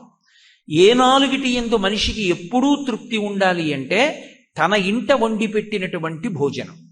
తన ఇంట్లో భార్య వండి పెట్టింది అనుకోండి, బయట ఎక్కడో ఎప్పుడో భోజనాలు చేయడానికి అలవాటు పడ్డాడు అనుకోండి. ఇప్పుడు నేనే ఉన్నాను, ఏదో ప్రవచనానికి ఓ ఊరు వెళ్ళాను అనుకోండి, ఏదో కోటేశ్వరరావు వచ్చారని గౌరవంగా భోజనం పెడతారు. ఇంటికొచ్చి భార్య పెట్టిన భోజనం ఏదుందో తృప్తి దాని పట్లే ఉండాలి. వాళ్ళెవరో నేను 2 రోజులు వెళ్ళానని పాయసం పులిహార వేసి పెడతారు. ఇంట్లో కూడా అలా ఉండాలని అసహించుకోకూడదు. భార్య వండి పెట్టినటువంటి భోజనం ఏదుందో దాని యందు తృప్తి ఉండాలి. తన భార్య యందు తనకి తృప్తి ఉండాలి. అలా తృప్తి తనంత తాను పొందలేదో, పరకాంతలను కాంక్షించాడా, భావో మరణంగతాహ, ఆయుర్దాయం నశించిపోతుంది, మధ్యలోనే మరణిస్తాడు, విపరీతమైన పాతకం చుట్టుకుంటుంది. అందుకని తన భార్య యందు విశేషమైనటువంటి తృప్తి ఉండాలి. తాను చేసినటువంటి తనకి భగవంతుడిచ్చినటువంటి ధనము ఎంత ఉందో దాని వలన తృప్తి ఉండాలి. నేను ధార్మికంగా ప్రవర్తించినప్పుడు నాకు భగవంతుడు ఎంత ఇచ్చాడో దానితో నాకు తృప్తి. నేను ఒక ఉద్యోగం చేస్తున్నాను, నా జీతం ఎంత వచ్చిందో ఆ జీతంతో నాకు తృప్తి, చాలు, ఇంతకన్నా ఏం కావాలి? భగవంతుడు ఇచ్చాడు. ఈశ్వరుడు ఏది ఇచ్చాడో దానితో పరమ తృప్తితో కూడినటువంటి జీవనాన్ని చెయ్యగలిగినటువంటి వాడై ఉండాలి. కాబట్టి ఈ 4 యందు విశేషమైన తృప్తి ఉండాలి. తృప్తి ఉండకూడనివి 4 ఉన్నాయి. తృప్తి ఉండకూడని వాటిల్లో మొట్టమొదటిది ఏది? దానము. దానమునందు తృప్తి ఉండకూడదు. ఎందుకని? పుణ్యకర్మ. నేను కిందటి ఏడాది శ్రీరామనవమి ఉత్సవాలకు 11 రూపాయలు ఇచ్చానండి అని మళ్ళీ ఏడాది వరకు కూర్చోకూడదు. ఎప్పుడెప్పుడు అవకాశం ఉంటే అప్పుడప్పుడు పుణ్యం చెయ్యాలి. ఎంత పుణ్యం నువ్వు చేసుకోగలవో అంత పుణ్యం చేసుకోవాలి. ఎందుకని? అదే జీవుడికి వచ్చేది. ఆ జీవుడి కోసం చేసుకుంటూ వెడుతూ ఉండాలి. అవకాశం కలిగింది కాసేపు భగవన్నామని చెప్పుకో, అవకాశం కలిగింది ఈశ్వరుడి మీద పాట పాడుకో, అవకాశం కలిగింది భగవంతుడి మీద పద్యం పాడుకో, అవకాశం కలిగింది ఇంట్లో భగవన్మూర్తులను పెట్టుకుని కాసేపు చూసుకో, అవకాశం ఉంది నీ ఇంట్లోనే ఆ పెట్టుకున్నటువంటి భగవన్మూర్తులు బోల్డన్ ఉన్నాయి, వెళ్ళి చేతులు కట్టుకుని కాసేపు వాటి వంక అలా చూస్తూ నిలబడు. అవన్నీ పుణ్యకర్మలే. ఇవి చేయడానికి ఒళ్ళు చెమట పట్టేసేదో శ్రమపడక్కర్లేదు, బహుతేలికగా చేసుకోవచ్చు. కాబట్టి దానమునందు తృప్తి ఉండడానికి వీల్లేదు. అలాగే తపస్సు యందు ఎన్నడూ తృప్తి ఉండడానికి వీల్లేదు. తపస్సు అంటే ఇవాళ మీరు 1.5 గంట కూర్చుని ఉపన్యాసం విన్నారనుకోండి, ఆ 1.5 గంట తపస్సు. నేను 1.5 గంట సేపు ఉపన్యాసం చెప్పాననుకోండి, 1.5 గంట తపస్సు. అబ్బా 5 రోజులు చెప్పాను కదండి, ఇంకో నెల్లాళ్ళు ఉపన్యాసాలు వద్దులేండి అనకు. నువ్వు వేదిక మీదకి వెళ్ళి చెప్పకపోవచ్చు, కానీ నీ భార్య చాలు చక్కగా కాసేపు మంచి పుస్తకం చదువుకుని అందులో ఉన్న మంచి విషయం గురించి నీ భార్యతో కాసేపు మాట్లాడు. ఆ మాట్లాడడం తపస్సు. తపస్సు యందు ఎన్నడూ తృప్తి ఉండడానికి వీల్లేదు. 3వది విద్య. విద్య యందు ఎప్పుడూ తృప్తి ఉండడానికి మనిషికి వీల్లేదు. విద్యయందు వాంఛా పరివృద్ధియును ప్రకృతి సిద్ధగుణంబులు సజ్జనాళికిన్. ఇంకా చదువుకోవాలి, ఇంకా చదువుకోవాలి, ఇంకా చదువుకోవాలి. నాకు తెలిసున్నది ఏపాటి, నాకు తెలియనివి ఎన్నో ఉన్నాయి. చదివికున్నదా మరిచిపోతున్నాను. కిందటి ఏడాది చదివినవి ఎన్ని గుర్తున్నాయి? గుర్తులేవు. మళ్ళీ ఇంకోసారి చదవాలి.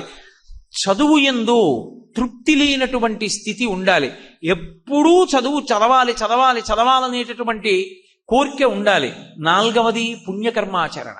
పుణ్యము చెయ్యడంలో పరమోత్సాహం ఉండాలి. అందుకే ఈ కర్మలు చేయడానికి శాస్త్రం ఏం చేసిందంటే ఇష్టాపూర్తములు అని 2 కింద విడగొట్టి నీ జీవితంలో ఈ 2 సంతోషాన్ని పొందడం నేర్చుకో. ఈ మాటలు మీరు చాలా జాగ్రత్తగా పట్టుకోవాల్సిమండి. అది చేసేటప్పుడు ఏదో కష్టంగా బరువుగా చేయకూడదు. ఇష్టాపూర్తములుగా మనిషి జీవితంలో పుణ్యం నడవాలి. ఇష్టాపూర్తములంటే ఇష్ట అన్న మాటకు అర్థం ఇష్టి అంటే యజ్ఞయాగాది క్రతువులు. యజ్ఞయాగాది క్రతువులు అందరూ చెయ్యలేరు. హవిస్సు ఇవ్వాలనుకోండి, వాడు యజ్ఞోపవీతం ఉండి హవిస్సు ఇవ్వడానికి అధికారం కలిగినటువంటి వాడిగా పుట్టినటువంటి వాడై ఉండాలి. ఒక మంత్రం చదవాలనుకోండి, యజ్ఞం జరిగేటప్పుడు ఆ మంత్రం చదవాలంటే గురువుగారి దగ్గర వేదమంత్రాల్ని స్వరంతో నేర్చుకున్నవాడై ఉండాలి.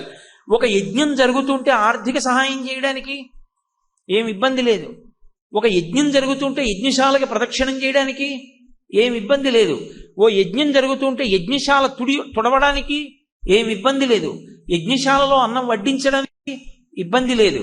నీకు ఒంట్లో ఓపిక ఉంది, యజ్ఞానికి సంబంధించి నువ్వు ఉపకారం చేసి పెట్టడానికి అభ్యంతరం లేదు. కాబట్టి ఇష్టి అంటే యజ్ఞయాగాది క్రతువులు, వాటి వలన దేవతలకి తిన్నగా అన్నం అందుతుంది, విశేషమైనటువంటి పుణ్యప్రదములు.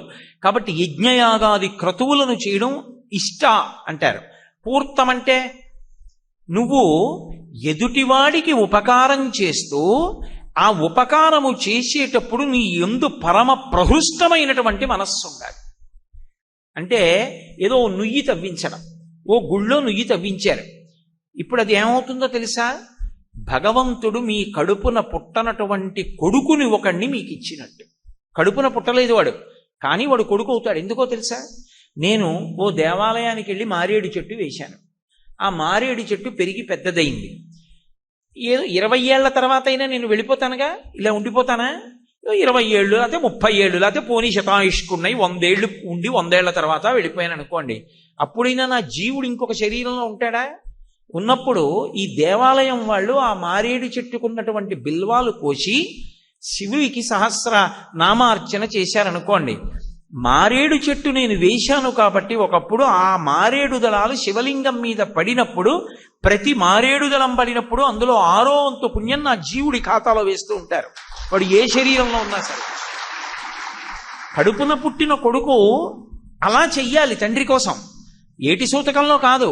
అప్పుడప్పుడు తండ్రి కోసం చేస్తూ ఉండాలి. తండ్రి జ్ఞాపకానికి వచ్చాడనుకోండి, తండ్రి పేరు చెప్పో పంచల్సా పెట్టాలి. తండ్రి గారు గుర్తొచ్చారనుకోండి, మా నాన్నగారి కొరకు ఓ సత్రంలో 100 రూపాయలు ఇవ్వాలి.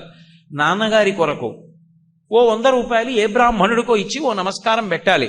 కొడుకు చేస్తాడని తండ్రి ఆశపడతాడు. కొడుకు చేస్తాడో చేయడో తెలియదు, కానీ ఇవి కడుపున పుట్టిన బిడ్డలవుతాయి. కడుపున పుట్టిన బిడ్డలై తవ్వించినటువంటి నుయ్యి 10 మందికి అవకాశం ఇస్తుంది. ఎవరో మహానుభావులు ఆ నూతిలో నీళ్లు తోడుకుని స్నానం చేసి గుళ్ళోకి వెళ్ళారు. ఆ నూతిలో నీళ్లు తోడుకుని సంధ్యావందనం చేసుకున్నాడు. ఆ నూతిలో నీళ్లు తోడుకుని కాళ్ళు కడుక్కున్నాడు. ఇప్పుడు ఒక్క నుయ్యి 10 మందికి ఉపకారం చేసింది. ఒక తటాకం 10 మందికి ఉపకారం చేసింది. ఒక పూల తోట 10 మందికి ఉపకారం చేసింది. ఇవి పూర్తములంటారు. మన వాళ్ళు చాలా మంది తెలివి తక్కువ మాటలు కొన్ని మాట్లాడుతూ ఉంటారు. సమాజ సేవ చెయ్యడం అనేటటువంటిది భారతీయ ధర్మం కాదు, విదేశాలలో ఉన్న వాళ్ళు ఎవరో సమాజ సేవ గురించి చాలా బాగా చెప్పారని చెప్తుంటారు కొన్ని సంస్థల వాళ్ళు. పచ్చబద్ధం. అసలు సమాజ సేవ అన్నది చెప్పింది భారతదేశం ఒక్కటే, సనాతన ధర్మమే చెప్పింది. ఇష్టాపూర్తములు అన్న పేరుతో మాట్లాడింది. ఇతరులకు సేవ చేస్తూ వాడికి లేదు కాబట్టి నీ చేస్తున్నాననకూడదు, మళ్ళీ అహంకారం వస్తుంది.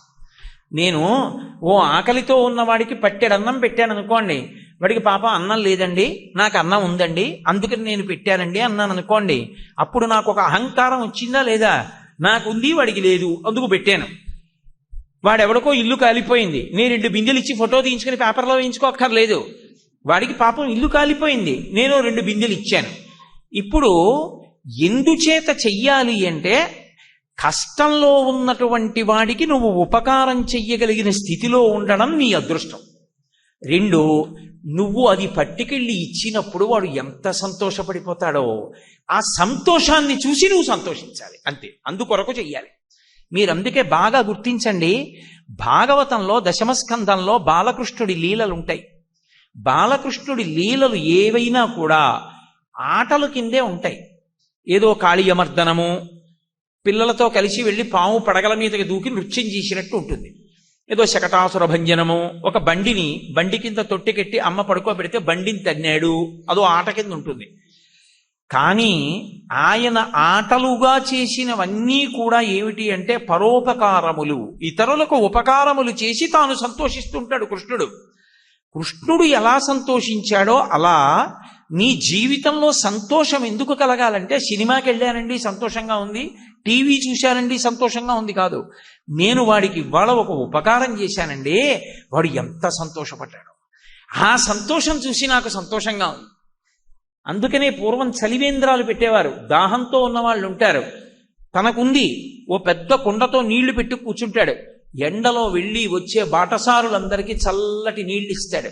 ఇంకొంచెం ఐశ్వర్యం ఉంది, కాస్త దబ్బాకేసి మజ్జిగ పెట్టుకుని వచ్చిన వాళ్ళకి వెళ్ళిన వాళ్ళకి మజ్జిగ ఇస్తాడు. ఇంకొంచెం డబ్బు ఉంది, ప్రతిరోజు ఒక 10 మందికి భోజనం పెట్టుకుంటాడు. ఇంకా ఐశ్వర్యం ఉంది, ఎవరో పెళ్లి కాని ఆడపిల్ల ఉండిపోయింది, ఆ పిల్ల పెళ్లి తాను చేస్తాడు. ఇంకా డబ్బు ఉంది, ఏడాదికో 200 మందికి ఉచితంగా ఉపనయన కర్మ చేయిస్తాడు. చేసి వాడు గాయత్రి చేసుకుంటున్నాడు, వాడు సంధ్యావందనం చేసుకుంటున్నాడు. అమ్మయ్యా, వాడి బ్రాహ్మణ్యం నిలబడింది. వాడు సంతోషిస్తే వాడి సంతోషం చూసి తాను సంతోషిస్తాడు. ఆ పెళ్ళైపోయిన ఆడపిల్ల వంక చూస్తాడు, అమ్మ పిచ్చి తల్లి భర్తతో పిల్లలతో ఎంత సంతోషంగా ఉందో, తన వంక తిరిగి ఏమండి నమస్కారం పెట్టక్కర్లేదు, పెట్టకపోయినా సరే ఆ అమ్మాయి సంతోషంగా ఉంది, తను సంతోషిస్తాడు. ఇప్పుడు తన సంతోషమునకు కారణము ఇతరుల సంతోషము, ఇతరుల సంతోషము చేత సంతోషిస్తాడు. అంతేకాని తన ఇంద్రియముల యొక్క సుఖము చేత సంతోషం కాదు. కంటికి ఏదో నదరగంగా కనబడిందని సంతోషించడం, చెవులకు ఇంపైంది వినబడిందని సంతోషించడం కాదు, ఇతరుల సంతోషానికి సంతోషించడం. ఇది భారతీయ ధర్మం, ఇది పుణ్యకర్మ. అలా బ్రతకడం పుణ్యం చేయడం. దానికి నీకు ఎప్పుడు అవకాశం లేదు? ఎప్పుడూ అవకాశం ఉంది. ఎందుకు, ఎలా ఉంది అవకాశం అంటావేమో, కటిక చీకటిగా ఉంది. కటిక చీకటిగా ఉన్న చోట నువ్వు ఒక్క వాంతరు పెట్టావు చాలు, 10 మందికి ఉపకారం. ఆ వెలుతురు 10 మందికి నువ్వు ఉపయోగపడతావు. ఎక్కడో ఎవరో అరిచారు చీకట్లో, నువ్వు కర్ర పట్టుకుని వెళ్ళి ఎందుకు అరిచారు, ఏం ఆపద కలిగింది మీకు అని అడిగి పలకరించావు, అదే మహాపుణ్యం. ఇతరుల యొక్క భయాన్ని తీర్చావు. పుణ్యకర్మ చెయ్యడానికి ఎప్పుడూ అవకాశం ఉంటుంది. అంది పుచ్చుకోగలవా పుచ్చుకోలేవా మన మీద ఆధారపడుతుంది.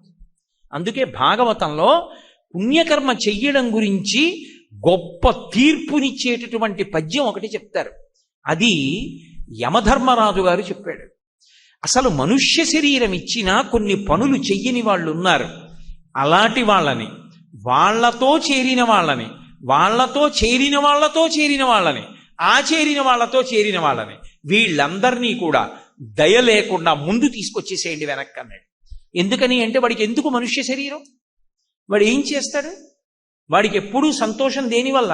తాను అనుభవించడం వల్ల. ఇతరులు సంతోషిస్తే కాదు, అది రాక్షసాంశ. ఎందుకు వాడు కాదు, ఇతరులు సంతోషిస్తే తాను సంతోషిస్తాడు. వాడు మనుష్యుడు, వాడిని ఉంచండి. ఆయన ఏ ఏ కారణములు చెప్పాడో తెలుసా? పుణ్యం చెయ్యని వాడు అని చెప్పడానికి. ఎకసక్కమునకైన ఇందిరారమణుని పేరు పలకంగలేని దుష్పదులను. ఎకసక్కమునకైనా అంటే ఎగతాళి చేయడానికైనా సరే, పోనీ ఏదో పుణ్యానికో పురుషార్థానికో పొగడ్డానికో భక్తితోటో కాదు, కనీసంలో కనీసం వాడు భగవంతుని యొక్క పేరు అవతల వాడిని పరిహాసమాడడానికి కూడా వాడ్డం. ఏదో పరిహాసం ఆడాలనుకున్నాడు, ఏమిట్రా ఇలా కనపడతావు, అలా పోతుంటావు చెంచల లక్ష్మిలాగా అన్నాడు అనుకోండి. లక్ష్మీదేవి చెంచల స్వభావ అని ఒక పేరు ఆవిడ ఇవ్వాలి ఉంటుంది, రేపు వెళ్ళిపోతుందని. ఎందుకని అంటే అది ఆవిడ తప్పు కాదు, ఆవిడ కాదు వెళ్ళిపోయేది. ఆవిడ్ని నిలబెట్టుకోవడానికి కావలసిన పుణ్యం మనం చేయకపోతే ఆవిడ వెళ్ళిపోతుంది. ఆవిడ్ని ఎందుకు అన్నాం? ఏమిట్రా చెంచల స్వభావం లక్ష్మిలా అన్నాం అనుకోండి, ఎకసెక్కం ఆడావు. ఎకసెక్కం ఆడినప్పుడైనా పరిహాసమాడినప్పుడైనా వాడి నోటి వెంట భగవన్నామం వచ్చింది.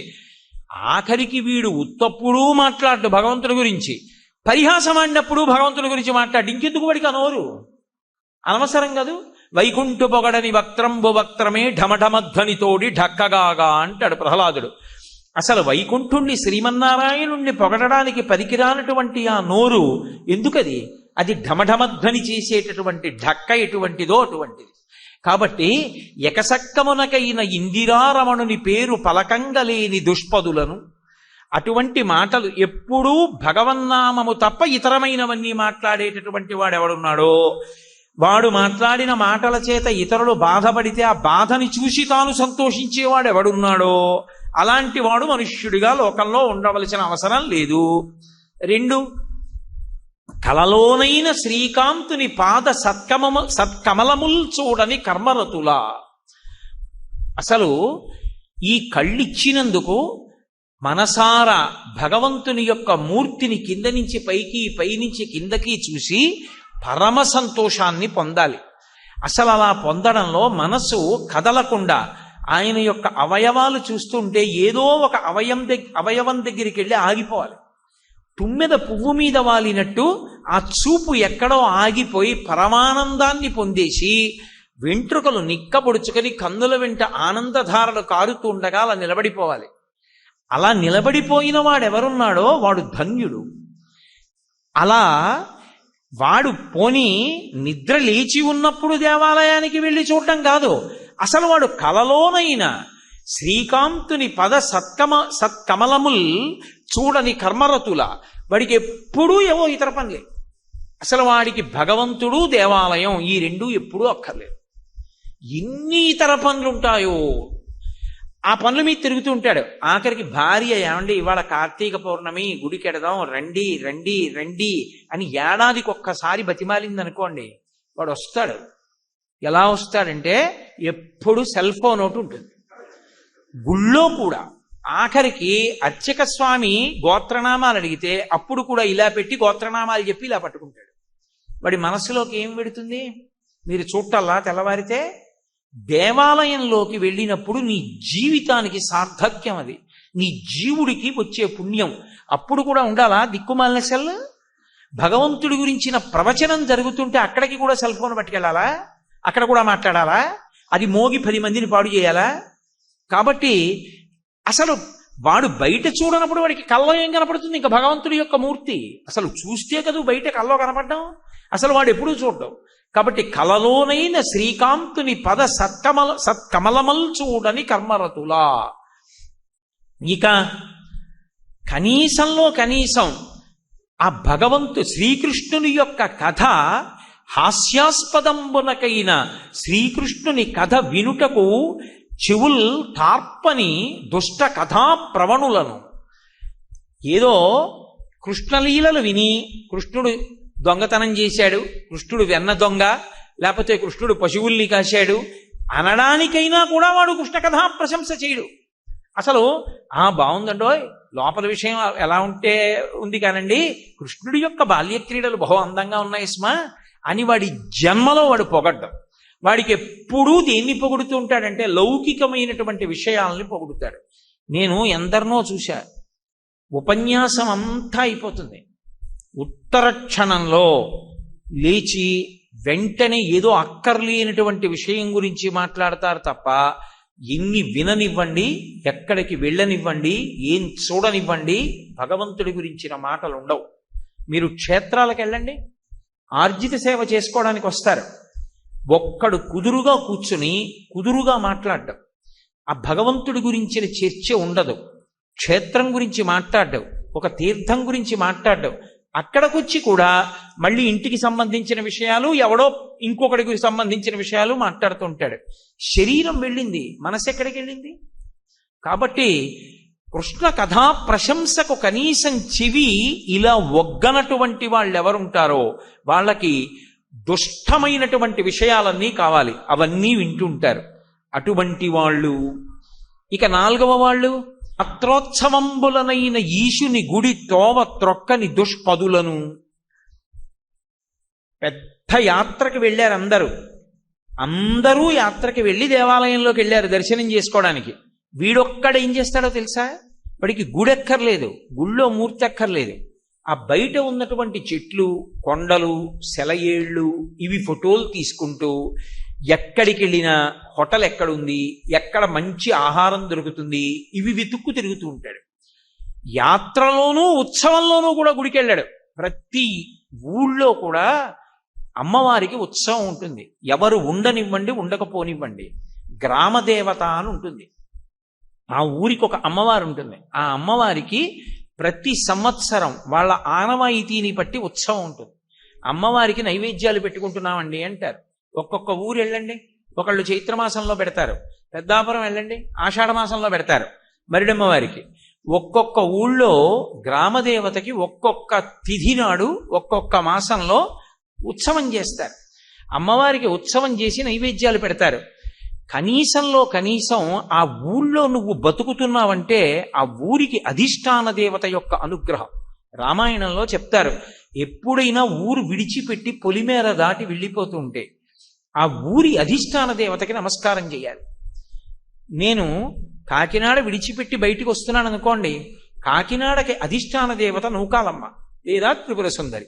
అమ్మవారికి నమస్కారం చేయాలమ్మా, ఈ ఊరు విడిచిపెట్టి వెడుతున్నానమ్మా, క్షేమంగా వెళ్ళి మళ్ళీ ఇక్కడికి వచ్చి నూకలు తినేటట్టుగా, అంటే అన్నం ఈ ఊళ్ళో తిని బతికేటట్టుగా అనుగ్రహించు అని నమస్కారం చేసి వెళ్ళాలి. రామచంద్రమూర్తి అంతటి వాడు అరణ్యవాసానికి వెడుతుంటే సరయూ నదీ తీరం వరకు వెళ్ళి అయోధ్య వంక తిరిగి అయోధ్య అధిష్టాన దేవతకి నమస్కారం చేసి వెడతాడు. ఊరి అధిష్టాన దేవతకి నమస్కారం చెయ్యాలి. మళ్ళీ ఊరి పొలిమేరలోకి వెళ్ళగానే ఎవ్వరికీ తెలియక్కర్లేదు, నువ్వు కారులో చెప్పులు ఇప్పావని కూడా ఎవరికీ తెలియదు. చెప్పులు ఇప్పి ఒక్కసారి పొలిమేరలోకి వస్తుంటే మళ్ళీ కృతజ్ఞత చెప్పాలి. అమ్మా, నీ అనుగ్రహంతో క్షేమంగా వెళ్ళి క్షేమంగా వచ్చాను, ఇలాగే నన్ను అనుగ్రహించు అని నమస్కారం చెయ్యాలి. ఆ ఊళ్ళో ఆ అమ్మవారి ఉత్సవం జరుగుతూ ఉంటే కనీస కర్తవ్యం వెళ్ళాలి ఆ రోజున దేవాలయానికి. ఎందుకని? ఆవిడ నిన్ను పోషిస్తోంది, అన్నం తినడానికి అవకాశం ఇచ్చింది. ఆవిడికి ఏడాదిలో ఒక రోజు ఉత్సవం జరుగుతుంటే నువ్వు వెళ్ళి బుత్ అంటే తలెత్తి చూడడం. అసలు నువ్వు వెళ్ళి ఇలా తలెత్తి అమ్మవారి వంక చూడడానికి వెళ్ళకపోతే కృతజ్ఞుడం అయిపోలా? ఆవిడ నీకు అన్నం పెట్టి తిన్నది జీర్ణం అయ్యేట్టు చేస్తోందా? వృద్ధిలోకి వచ్చేట్టు చేసిందా? కిందటి ఏడాది పెంకుటిల్లు, ఈ ఏడాది డాబాయా? నువ్వు మాత్రం అమ్మవారి ఉత్సవాలకు వెళ్ళవా? అమ్మవారి ప్రసాదం పుచ్చుకోవా? బొట్టు పెట్టుకోవా? కృతజ్ఞతతో కూడిన జీవనం చెయ్యట్లా? కాబట్టి అటువంటి వాడు ఎందుకు ఉండాలి మనుష్యుడిగా? అక్కర్లేదన్నాడు యమధర్మరాజు. కాబట్టి యాత్రోత్సవంబులనైన ఈశుని గుడి త్రోవ తొక్కని దుష్పదులను, వాడికి గుడి మాట దేవుడు ఎరుగురా. పోనీ గుడి మందు 2-3 వేల మంది ఉన్నారండి, లోపలికి వెళ్ళలేకపోయినంతసేపు నించోలేకపోయినా వచ్చేసావు, మంచిదే. అంతసేపు నువ్వు నిలబడలేకపోతే, శరీరము అనుమతించకపోతే విమానమూర్తి ఉంటుంది, అందుకే బయటికి కనబడుతుంది. విమానమూర్తికి నమస్కారం చేసి వెళ్ళిపోతే లోపల మూర్తికి నమస్కారం చేసినట్టే, దర్శనం చేసుకొని. అది కూడా కనబడకపోతే గుడి గోడకి నమస్కారం చేయొచ్చు, 8వ వంతు శైవాగమని చెప్తోంది. కానీ నువ్వు అసలు ఆ త్రోవకే వెళ్ళనంటే, ఇవాళ ఉత్సవం జరుగుతోందండి, ఊరంతా టెడుతున్నారు కాబట్టి ఇబ్బంది, అసలు నేను ఇవాళ ఊళ్ళోకి వెళ్ళనండి, ఇంట్లో కూర్చుని టీవీ చూస్తాను. నిన్ను మాత్రం అమ్మవారు చూడాలి 365 రోజులు, ప్రతిరోజు చూడాలి అహర్నిశలావిడే. కృతజ్ఞుడవు కాలా? యాత్రోత్సవంబులనైన ఈశుని గుడి తోవ త్రొక్కని దుష్పదులను, మహాభాగవతుల పాద ధూళి సమస్త తీర్థ సారమంచు ఎరుగలేని వారి వారి కూడిన వారి తొలుత పట్టి తెండు దూతలారా. యమధర్మరాజు గారు మాట్లాడుతూ తన యొక్క భటులతో ఏమని చెప్పాడంటే, మహాత్ములు కనపడతారు, పరమ భాగవతోత్తములైనటువంటి వాళ్ళు కనపడినప్పుడు తల ఇలా నిలబడడానికి వీల్లేదు, తల వారి పాదముల వైపుకి వంగాలి. అంతేకాని ఊరికి ఆయన కాళ్ళ మీద పడిపోయి కాళ్ళు ఎట్టేసుకోకూడదు, పడిపోతాడు ఆయన. ఇలా వంగి నమస్కారం చేస్తే చాలు. కాబట్టి తల ఉంచి నమస్కారం చెయ్యడం కష్టమైతే, నాలాంటి వాడేనండి నేనెందుకు తలంచాలండి అని నువ్వు అనుకుంటే, దాని వలన ఏమవుతుంది అంటే, ఆయన పాదములలో ఉండేటటువంటి ధూళి ఏది ఉందో అది ఈ ప్రపంచంలో ఉండేటటువంటి సమస్త తీర్థముల యొక్క సారమై ఉంటుంది. తీర్థం అంటే తీర్థయాత్రకు వెళ్ళామండి అంటాం. తీర్థయాత్ర అన్న మాటకు అర్థం ఏమిటంటే, ఏదో క్షేత్రంలో ఒక దేవాలయంలో ఉన్న భగవంతుణ్ణి దర్శనం చేసి వచ్చామని కాదు దాని అర్థం. తీర్థయాత్ర అంటే అక్కడ ఒక తీర్థం ఉంటే అందులో గ్రుంకులు ఇడాలి, స్నానం చేయాలి. ఎందుకు అంటే అక్కడ అంగిరసాది మహర్షులు యజ్ఞం చేసి ఇక్కడికి వచ్చి స్నానం చేసిన వాళ్ళకి యజ్ఞం చేసినటువంటి ఫలితము కలుగుగాక అని సంకల్పం చేసి వెళ్ళిపోయారు. అలా వెళ్ళిపోయినటువంటి ప్రదేశాలకి తీర్థములని పేరు. వెంకటాచలం వెళ్ళామనుకోండి, తిరుపతి వెడితే స్వామి పుష్కరిణిలో తప్పకుండా స్నానం చేయాలి. ఇంత తిరుమల వెళ్ళి పుష్కరిణిలో స్నానం చేయకుండా వచ్చేసాడు అనుకోండి, అంత దురదృష్టవంతుడు ఇంకొకడు లేడు. పుష్కరిణి స్నానం, కాశీ వెళ్ళావు గంగలో స్నానం చేయాలి, మధ్యాహ్నం 12 గంటలకి మణికర్ణికా ఘాట్లో స్నానం చేయాలి. మణికర్ణికా తీర్థం. తీర్థయాత్రకి వెళ్ళాము అంటే తీర్థం ఎక్కడ కనబడితే అక్కడ స్నానం చెయ్యాలి. అటువంటి తీర్థంలో స్నానం చేస్తే ఏమవుతుందంటే పాదములకు ఉండేటటువంటి ధూళి కణముల యందు ఆ శక్తి ప్రవేశిస్తుంది.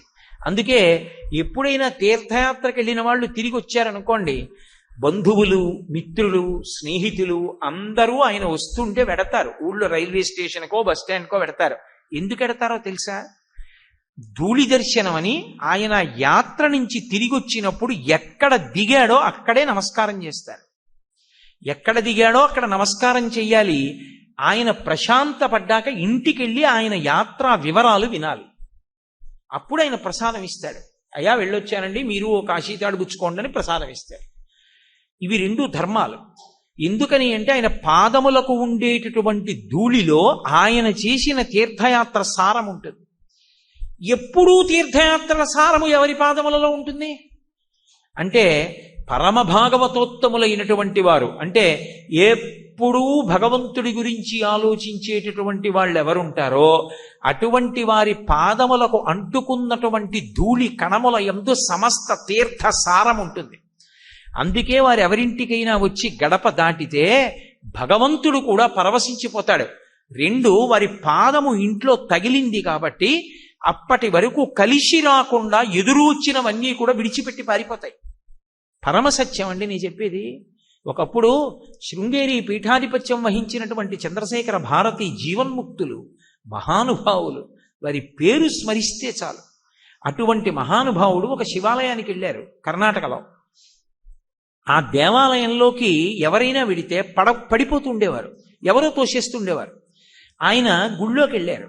ఆయన గుడిలోకి వెళ్ళి ధ్వజస్తంభం దగ్గర నిలబడి నమస్కారం చేసి, నంది దగ్గర నమస్కారం చేసి గుడిలోకి వెడదామని నందిని దాటుతున్నారు.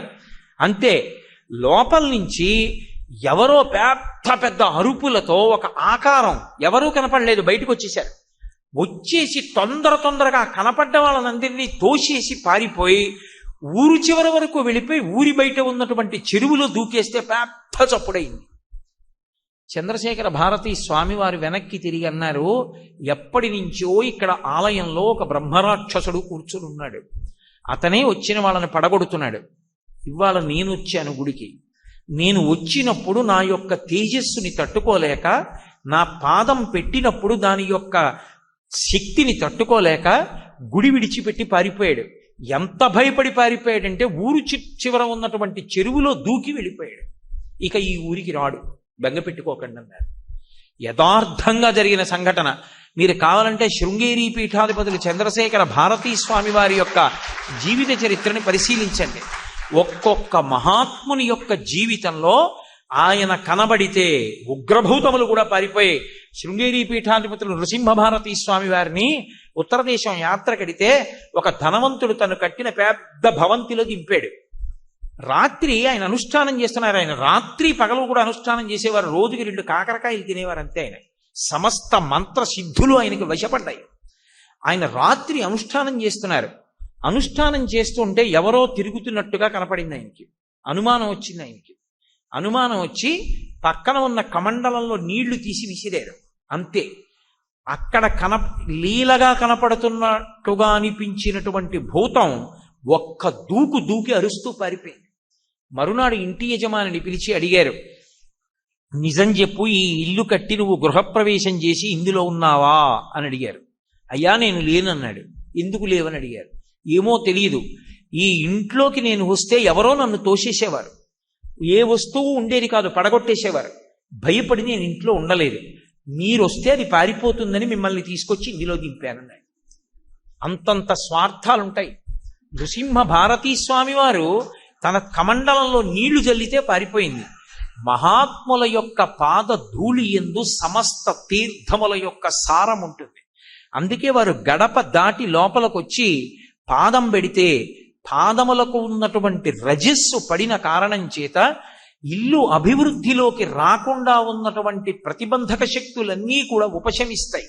అది అందరి యందు సాధ్యం కాదు. ఎక్కడో ఎవరో మహాత్ములు ఉంటారు. మనం అటువంటి వాళ్ళం కాదు కాబట్టి లోకంలో ఎవరూ అలా ఉండరు అనకూడదు, తప్పు. నాకు కడుపు నొప్పి ఉందనుకోండి, లోకంలో కడుపు నొప్పి లేని వాళ్ళు ఉండరండి అనకూడదు. నాకు కడుపు నొప్పి తప్ప ఊళ్ళో వాళ్ళు బాగానే ఉంటారు. కాబట్టి నాకు అటువంటి శక్తి లేదు, నా జీవితంలో నేను ఎప్పుడూ తపస్సు చేయలేదు, నాకు భగవంతుడి గురించి ఆలోచన లేదు, నేను ఎప్పుడూ అసలు శాస్త్రాలు చదవను, నాకు వాటి మీద నమ్మకం లేదు, కాబట్టి ఊళ్ళో వాళ్ళు ఎవరికీ కూడా ఉండకూడదు, అలాంటి వాళ్ళు ఉండరు అని నువ్వు తీర్మానం చెప్పకూడదు. నీకు అందులో ఏం తెలుసు అని అసలు చెప్తావు నువ్వు? నీకు చెప్పడానికి మాట్లాడడానికి నీకున్న అధికారం ఏమిటి దాని గురించి?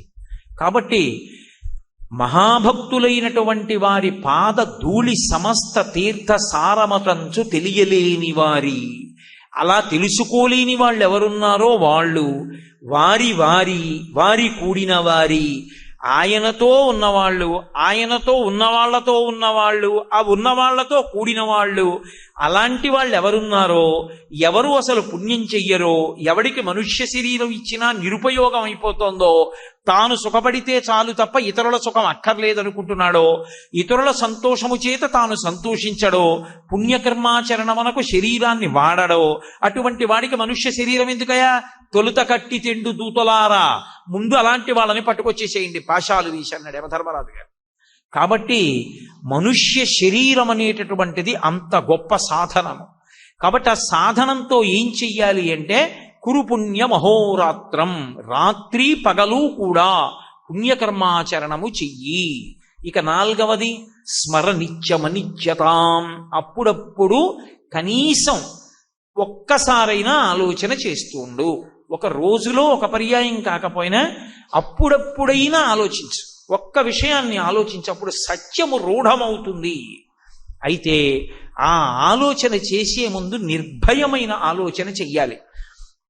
మా తాతగారు కూడా శరీరంతో ఉండేవారు, మా తాతగారు శరీరం వదిలిపెట్టేయాలనుకోలేదు, కానీ ఊపిరందక ఒకనాడు శరీరం విడిచిపెట్టేశారా లేదా? మా తండ్రి గారు శరీరం విడిచిపెట్టేశారా లేదా? మా పెద్దనాన్నగారు, మా పినతండ్రులు శరీరం విడిచిపెట్టేశారా లేదా? కాబట్టి శరీరం అనేటటువంటిది ఉండేది కాదు, ఏదో ఒకనాడు ఈ శరీరం వెళ్ళిపోతుంది. కాబట్టి ఇది అనిత్యము, ఈ శరీరము ఎప్పుడూ ఉండేది కాదు. మరి ఎప్పుడూ ఉండేదేది? ఆత్మ. దానికి వినాశనము లేదు. అది అగ్ని చేత కాల్చపడదు, నీటి చేత తడపబడదు, ఖడ్గము చేత నరకబడదు, అది ఎప్పుడూ ఉంటుంది. నువ్వు నీ బుద్ధిని ఇటు నుంచి అటుకి మారిస్తే నిర్భయత్వం, ఎప్పుడూ అసత్యము వైపుకి నిలబడితే భయం. ఏది వెళ్ళిపోయి తీరుతుందో అది ఉండిపోవాలని కోరుకోవడమే భయం. శరీరము ఎంత పట్టుకున్నా ఉండదు, వెళ్ళిపోతుంది. అది ఎప్పుడో అప్పుడు వెళ్ళిపోవలసింది. ఎప్పుడో అప్పుడు వెళ్ళిపోయేటటువంటి శరీరం ఉండిపోవాలని కోరుకుంటే వెళ్ళిపోతుందన్న భయం ఉండిపోతుంది. వెళ్ళిపోయేది వెళ్ళిపోతుంది, ఉండిపోయేది ఉండిపోతుంది. ఆ ఉండిపోయేదేదే అది నేను. కాబట్టి నేను వెళ్ళడం అన్నది లేనే లేదు, నేను ఎప్పుడూ ఉంటాను. ఆత్మసత్యము రూఢము చేసుకుని ఎప్పుడూ ఉండేదాని యందు నిలబడగలిగితే భయమునకు హేతువు లేదు. అసలు ఉండడానికి అవకాశం లేనిది ఉండాలని కోరుకుంటే ధైర్యంగా ఉండే అవకాశం లేదు. నాను సూచింతి పండితాహ అంటాడు. అసలు పండితులైనటువంటి వారు అశాశ్వతమైన దాని గురించి ఏడవరు, శాశ్వతమైన దాని గురించి పొంగరు. ఇక దేని గురించి నువ్వు ఏడుస్తున్నావు అని అడిగాడు అర్జునుడిని కృష్ణ భగవానుడు. కాబట్టి దృష్టికోణాన్ని మార్చుకో, అసత్యమైన వస్తువుని పట్టుకుని ఉండాలని కోరకు, పోతుందేమో అన్నది భయం. నేను ఒక నీటి బుడగ వంక చూసి ఆ నీటి బుడగ ఉండాలి ఉండాలి ఉండాలి, ఈ బుడగ ఉండకూడదు, బుడగ పేలిపోకూడదు అంటున్నాను అనుకోండి, నేను ఎంత తలమొత్తుకున్నా ఆ బుడగ కొంతసేపు ఉండి పేలిపోవలసిందే. నీట పుట్టిన బుడగ నీటిలో పేలిపోతుంది, దానికి అధిష్టానమైన నీరు అలాగే ఉంటుంది. ఒక అల బయలుదేరింది అనుకోండి సముద్రంలో, సముద్రపు నీటిలోంచే అలొస్తూ ఉంటుంది. అల వస్తుంటే ఎంత అందంగా ఉంటుందో, ఇలా పైకి లేస్తుంది. ఈ అల విరిగిపోకూడదు, ఆ అల అలాగే ఉండాలి, అలాగే ఉండాలి. కెరటం అన్నాను అనుకోండి, ఉండదు కెరటం. ఏ నీటిలో పైకి లేచిందో, ఏ నీటిలో ప్రయాణించిందో ఆ నీటిలోనే విరిగి ఆ నీటిలోనే కలిసిపోతుంది. నీరు సత్యం, కెరటం అసత్యం. కెరటం ఉండదు, కానీ నీరు లేని కెరటం లేదు. సముద్రం లేదనుకోండి, కెరటం ఎక్కడి నుంచి వస్తుంది? కానీ కెరటము లేకపోయినా సముద్రం ఉంది. శరీరం లేకపోయినా ఆత్మ ఉంటుంది. ఆత్మ సముద్రం, శరీరం కెరటం. కాబట్టి ఇది పడిపోతుంది, ఆత్మ ఉండిపోతుంది. నేను ఆత్మ, నీ శరీరం కాదు. ఇప్పుడు నువ్వు భయపడ్డానికి అవకాశం, కానీ ఇది నోటితో చెప్పినంత తేలిక కాదు, సాధన చెయ్యాలి. ఆ సాధన చేయడానికే స్మర నిత్యమనిత్యతాం, దాన్ని వివేకం అంటారు శాస్త్రంలో. వివేక చూడామణి అంటారు. వివేకము అంటే నిత్యానిత్య వస్తు వివేకము. ఏది ఉంటుంది ఏది ఉండదు ఇది తెలుసుకుని ఎవరుంటాడో వాడు వివేకమును కలిగినవాడు. అది తెలుసుకోకపోతే, దాని గురించి ఎప్పుడూ ఆలోచించకపోతే వివేకము లేదు. స్మరణ చెయ్యగా, ఆలోచించగా, పరిశీలించగా, శాస్త్రాన్ని పట్టుకోగా, అభ్యాసం చెయ్యగా, గురుపాదములు పట్టగా, నయితి నయితి నయితి నయితి అంటూ దూరం చేస్తూ ఒక్కొక్క దాన్ని పక్కన పెట్టగా, ఏదో ఒకనాడు నీ బుద్ధి ఆత్మ సత్యమనేటటువంటి అనుభవమునందు అద్వితీయానుభూతి ఎందు నిలబడగలిగినటువంటి అదృష్టము ఈశ్వరుడు కటాక్షమిస్తాడు. ఆ సాధన అద్భుతంగా నడుస్తుంది. దానికే రామకృష్ణ పరమహంస ఉపమానములు చెప్పారు. అది చీమలా, బాతులా, హంసలా, చేపలా ఉండడం నేర్చుకో. స్మర నిత్యమనిత్యతాం. ఎందుకో తెలుసా? నిత్యమైనది అనిత్యమైనది లోకంలో ఎప్పుడూ కలిసిపోయి ఉంటుంది. కలిసిపోయి ఉంటే తప్ప నిత్య వస్తువు యొక్క గొప్పతనం అనిత్య వస్తువు ఉంటే కానీ ప్రకాశించదు. చీకటి ఉంటేనే వెలుతురు గొప్పతనం తెలుస్తుంది. అసత్యం ఉంటేనే సత్యము యొక్క గొప్పతనం తెలుస్తుంది. అధర్మం ఉంది కాబట్టి ధర్మము యొక్క గొప్పతనం తెలుస్తుంది.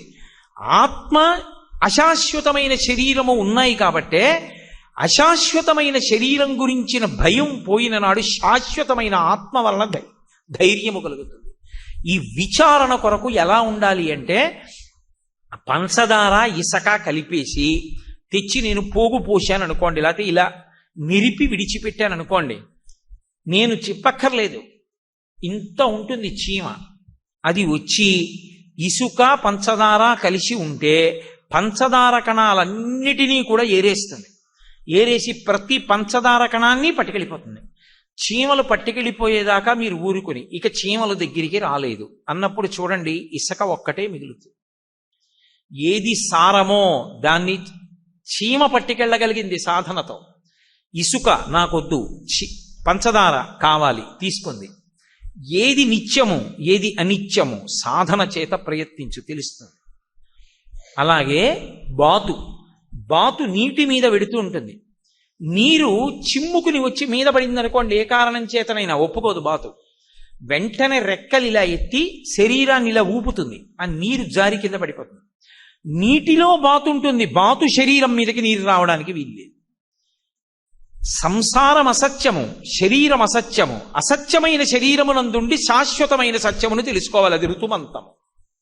అందుకు అన్నం తింటే పగటిపూటైతే సత్యం త్వర్తేన పరిశించామి, రాత్రైతే ఋతం త్వా సత్యేన పరిశించామి. నీళ్లు ఒకసారైతే ఇలా ఒకసారైతే అలా సవ్యాపసవ్యములుగా తిప్పుతారు. ఎందుకు అంటే ఋతుమంతమునందుంటే తప్ప సత్యము తెలియదు. ఈ శరీరము అసత్యము. అసత్యమైన శరీరము నందుండి సత్యమైన ఆత్మ ఎరుకలోకి రావాలి. అసత్యమునందుంటే తప్ప అసలు సత్యము ఎరుకలోకి రాదు. కాబట్టి అసత్యం ఇది అని తెలుసుకునేదాకా దాంతో పట్టుకుని ఉంటాడు. ఇది అసత్యమని తెలుసుకున్న తర్వాత దాని మీద భ్రాంతి ఉండదు, ఇంకా దాన్ని వదిలిపెట్టాడు, బలవంతంగా చంపక్కర్లేదు. అది పడిపోతున్నా అలా చూస్తూ ఉంటాడు సాక్షిగా. ఇది పడిపోతోందంటాడు. ఈ వేలు నెప్పెడుతోంది అనుకోండి, ఈ వేలు నెప్పెడుతోంది అని నేను సాక్షిగా గమనించినట్టు, శరీరం పడిపోతోంది శరీరం అని సాక్షిగా గమనిస్తాడు. తెలుసుకుంటున్న ప్రజ్ఞగా ఉంటాడు. అది ఆత్మ, అది ఎప్పుడూ ఉంటుంది, అది నశించదు. అందుకని చీమ పంచదారను ఇసకను వేరు చేసినట్టు, బాతు నీటి యందుండి నీరు తన మీద పడకుండా చూసుకున్నట్టు, హంస పాలు నీరు కలిపి గిన్నెలో అక్కడ పెడితే పాలు మాత్రమే తాను స్వీకరించి నీటిని విడిచిపెట్టినట్టు, చేప కొద్దిగా నీళ్లు ఎక్కువ బురద ఉండనివ్వండి, ఆ కొద్ది నీళ్లతోనే ఆధారం చేసుకుని బురదలో తిరుగుతుంటుంది చేప. కానీ చేప శరీరం మాత్రం తళుక్కని మెరుస్తుంటుంది. దాని శరీరానికి బురద అంటుకుపోయి బురదగా చేప ఉండదు. అది మాత్రం ఇలా పైకి ఎగిరితే బురదలో చేపలు పైకి తుళ్ళుతుంటాయి, ఎగురుతుంటాయి. ఎగిరినప్పుడు తెల్లగా తళుక్కని మెరిసి మళ్ళీ బురదలో పడుతుంటాయి. దాని ఒంటికి బురద అంటదు. అలా అనిత్యము నిత్యము అయినటువంటి శరీరము ఆత్మ కలిసి ఉండగా అసత్యమైన శరీరము నుండి సత్యమైనటువంటి ఆత్మని ఎరుకలోకి తెచ్చుకోవడానికి వివేకం కలగడానికి శాస్త్రాన్ని ఆధారం చేసుకుని గురువు గారిని పట్టుకుని పరిశీలనం చేయి.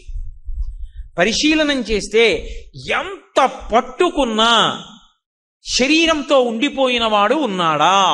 వాడు మహాత్ముడు కానివ్వండి, ఎందుకు పనికి మాలినవాడు, లోకాన్ని బాధపెట్టినవాడు కానివ్వండి, ఏమీ తెలియని అమాయకుడు కానివ్వండి, నేను ఉండిపోవాలని, శరీరం ఉండిపోవాలని కోరుకున్న వాళ్ళు ఎవరైనా ఉన్నారా? మహాత్ములు వారి శరీరంతో ఉండాలని కోరుకోలేదు. ఒక చంద్రశేఖరేంద్ర సరస్వతి మహాస్వామి ఉన్నారా శరీరంతో? ఒక రామకృష్ణ పరమహంస ఉన్నారా? ఒక భగవాన్ రమణులు ఉన్నారా? లేరు. కానీ ఏ ఒక్కడూ లేడు. తప్పులు చేసిన రావణుడు ఉన్నాడా? లేడు. మహాత్ముడైనటువంటి రామచంద్ర ప్రభు ఉండిపోయారా శరీరంతో? లేరు. మనుష్యుడిగా వస్తే శరీరం వదిలిపెట్టారు ఆయన కూడా సరయూ నదిలో. శరీరాలు ఎవరైనా విడిచిపెట్టేశారు. లేకపోతే తద్దినం ఎందుకు పెడుతున్నాం? తాతకి పెడుతున్నాం, తండ్రికి పెడుతున్నాం, పెదనాన్నగారికి పెడుతున్నాం. ఎవరైనా శరీరం విడిచిపెట్టవలసిందే. పట్టుకుంటే ఉండేది కాదు, పట్టుకోకపోయినా ఉండేది ఆత్మ. కాబట్టి ఏది ఉండిపోతుందో అది నేను, భయం పోయింది. ఉండనిది నేనని పట్టుకున్నావు, అది ఎటూ ఉండదు, కాబట్టి నీ భయము పోదు. అదే పునర్జన్మకి హేతు అవుతుంది. నిర్భయత్వం ఎప్పుడు అంటే అద్వితీయానుభూతి యందు ఆ ఆత్మ తప్ప వేరొకటి లేదు అన్నది రూఢము అయి అనుభవంలోకి రావాలి. అలా అనుభవంలోకి రావాలంటే భక్తితో కూడినటువంటి పుణ్యకర్మాచరణము చేస్తే దాని వలన ఫలితం కావాలని కోరకపోతే చిత్తశుద్ధి కలిగి, ఎక్కడ చిత్తశుద్ధి ఉంటుందో అక్కడ ఈశ్వరానుగ్రహం చేత జ్ఞానము కలుగుతుంది. ఆ జ్ఞానము వలన ఇక పుట్టవలసిన అవసరం లేని మోక్షాన్ని పొందుతాడు. కాబట్టి జీవితం పండాలి అంటే మనుష్య జీవితంలో ఎప్పుడూ 4 విషయాలు బాగా జ్ఞాపకం పెట్టుకో. త్యజదుర్జన సంసర్గం, పొరపాటున కూడా దుర్మార్గుడైన వాడిని పక్కనకి చేరడానికి అంగీకరించవద్దు. 2 భజ సాధు సమాగమం, ప్రయత్నపూర్వకంగా కష్టపడైనా సరే మంచి వాళ్లతో నువ్వు సహవాసం చెయ్యి భగవద్భక్తులతో. 3 కురు పుణ్యమహోరాత్రం, రాత్రా పగలా చూడకు. ఈ శరీరం ఉన్నంతకాలం చేయగలవు కాబట్టి నువ్వు ఎంత పుణ్యం చేయగలిగితే అంత పుణ్యం చేసుకుంటూ వెళ్ళిపో. అది నీ జీవుణ్ణి కాపాడుతుంది. నువ్వు ఎవరికో ఏదో పెట్టావా పెట్టలేదా కాదు, భగవన్నామం చెప్పు చాలు. అంతటా భగవంతుణ్ణి చూడు చాలు.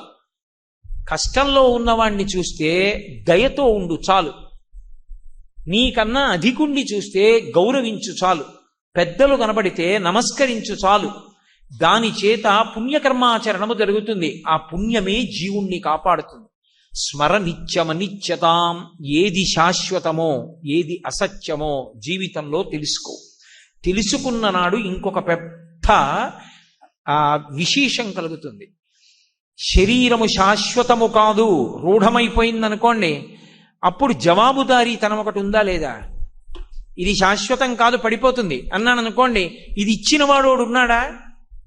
వాడిది పడిపోయిన తర్వాత అడుగుతాడు, నీకు మనుష్య శరీరం ఇచ్చానుగా, ఎన్ని మాటలు విష్ణు సహస్రనామ స్తోత్రం చదివావు, ఎన్ని మాటలు భగవంతుడికి 2 చేతులు ఒగ్గి నమస్కరించావు, ఎన్ని మాటలు కష్టంతో ఉన్న వాళ్ళకి మంచి మాట చెప్పి ఊరడించి చేయి పట్టుకున్నావు, నీ దగ్గర ఉన్న దాంట్లో ఇతరులకి ఎప్పుడు ఎంత దానం చేశావు, నీ నోటి వెంట వచ్చిన మాట కర్కశంగా కాకుండా బహుసున్నితంగా ఎన్ని మాటలు మాట్లాడావు, ఈ శరీరంతో ఎన్ని మాటలు ప్రదక్షిణ చేశావు, ఎన్ని మాటలు భగవద్ దర్శనానికి వెళ్ళావు, ఎన్ని మాటలు ఈ శరీరంతో భగవత్ సేవ చేశావు, ఎన్ని మాటలు ఈ శరీరంతో భాగవత సేవ చేశావు, ఎన్ని మాటలు మహాత్ముడి యొక్క దర్శనం కోసం వెంపర్లాడావు.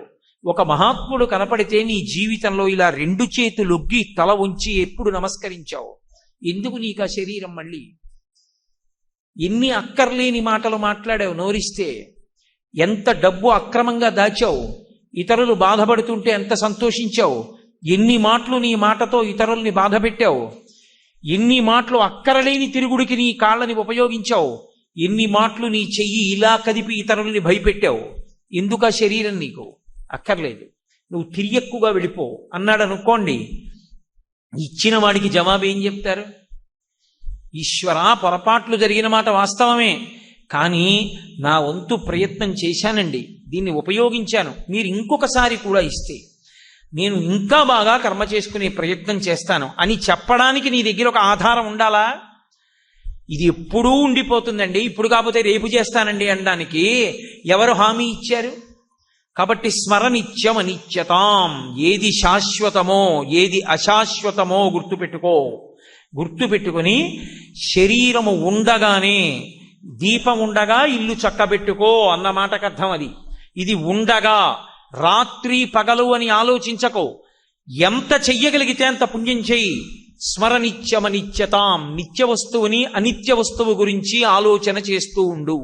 అప్పుడు ఇది వెళ్ళిపోతుంది కాబట్టి వెళ్ళిపోయే లోపల దీన్ని వాడుకోవాలి అన్న స్పృహ వస్తుంది.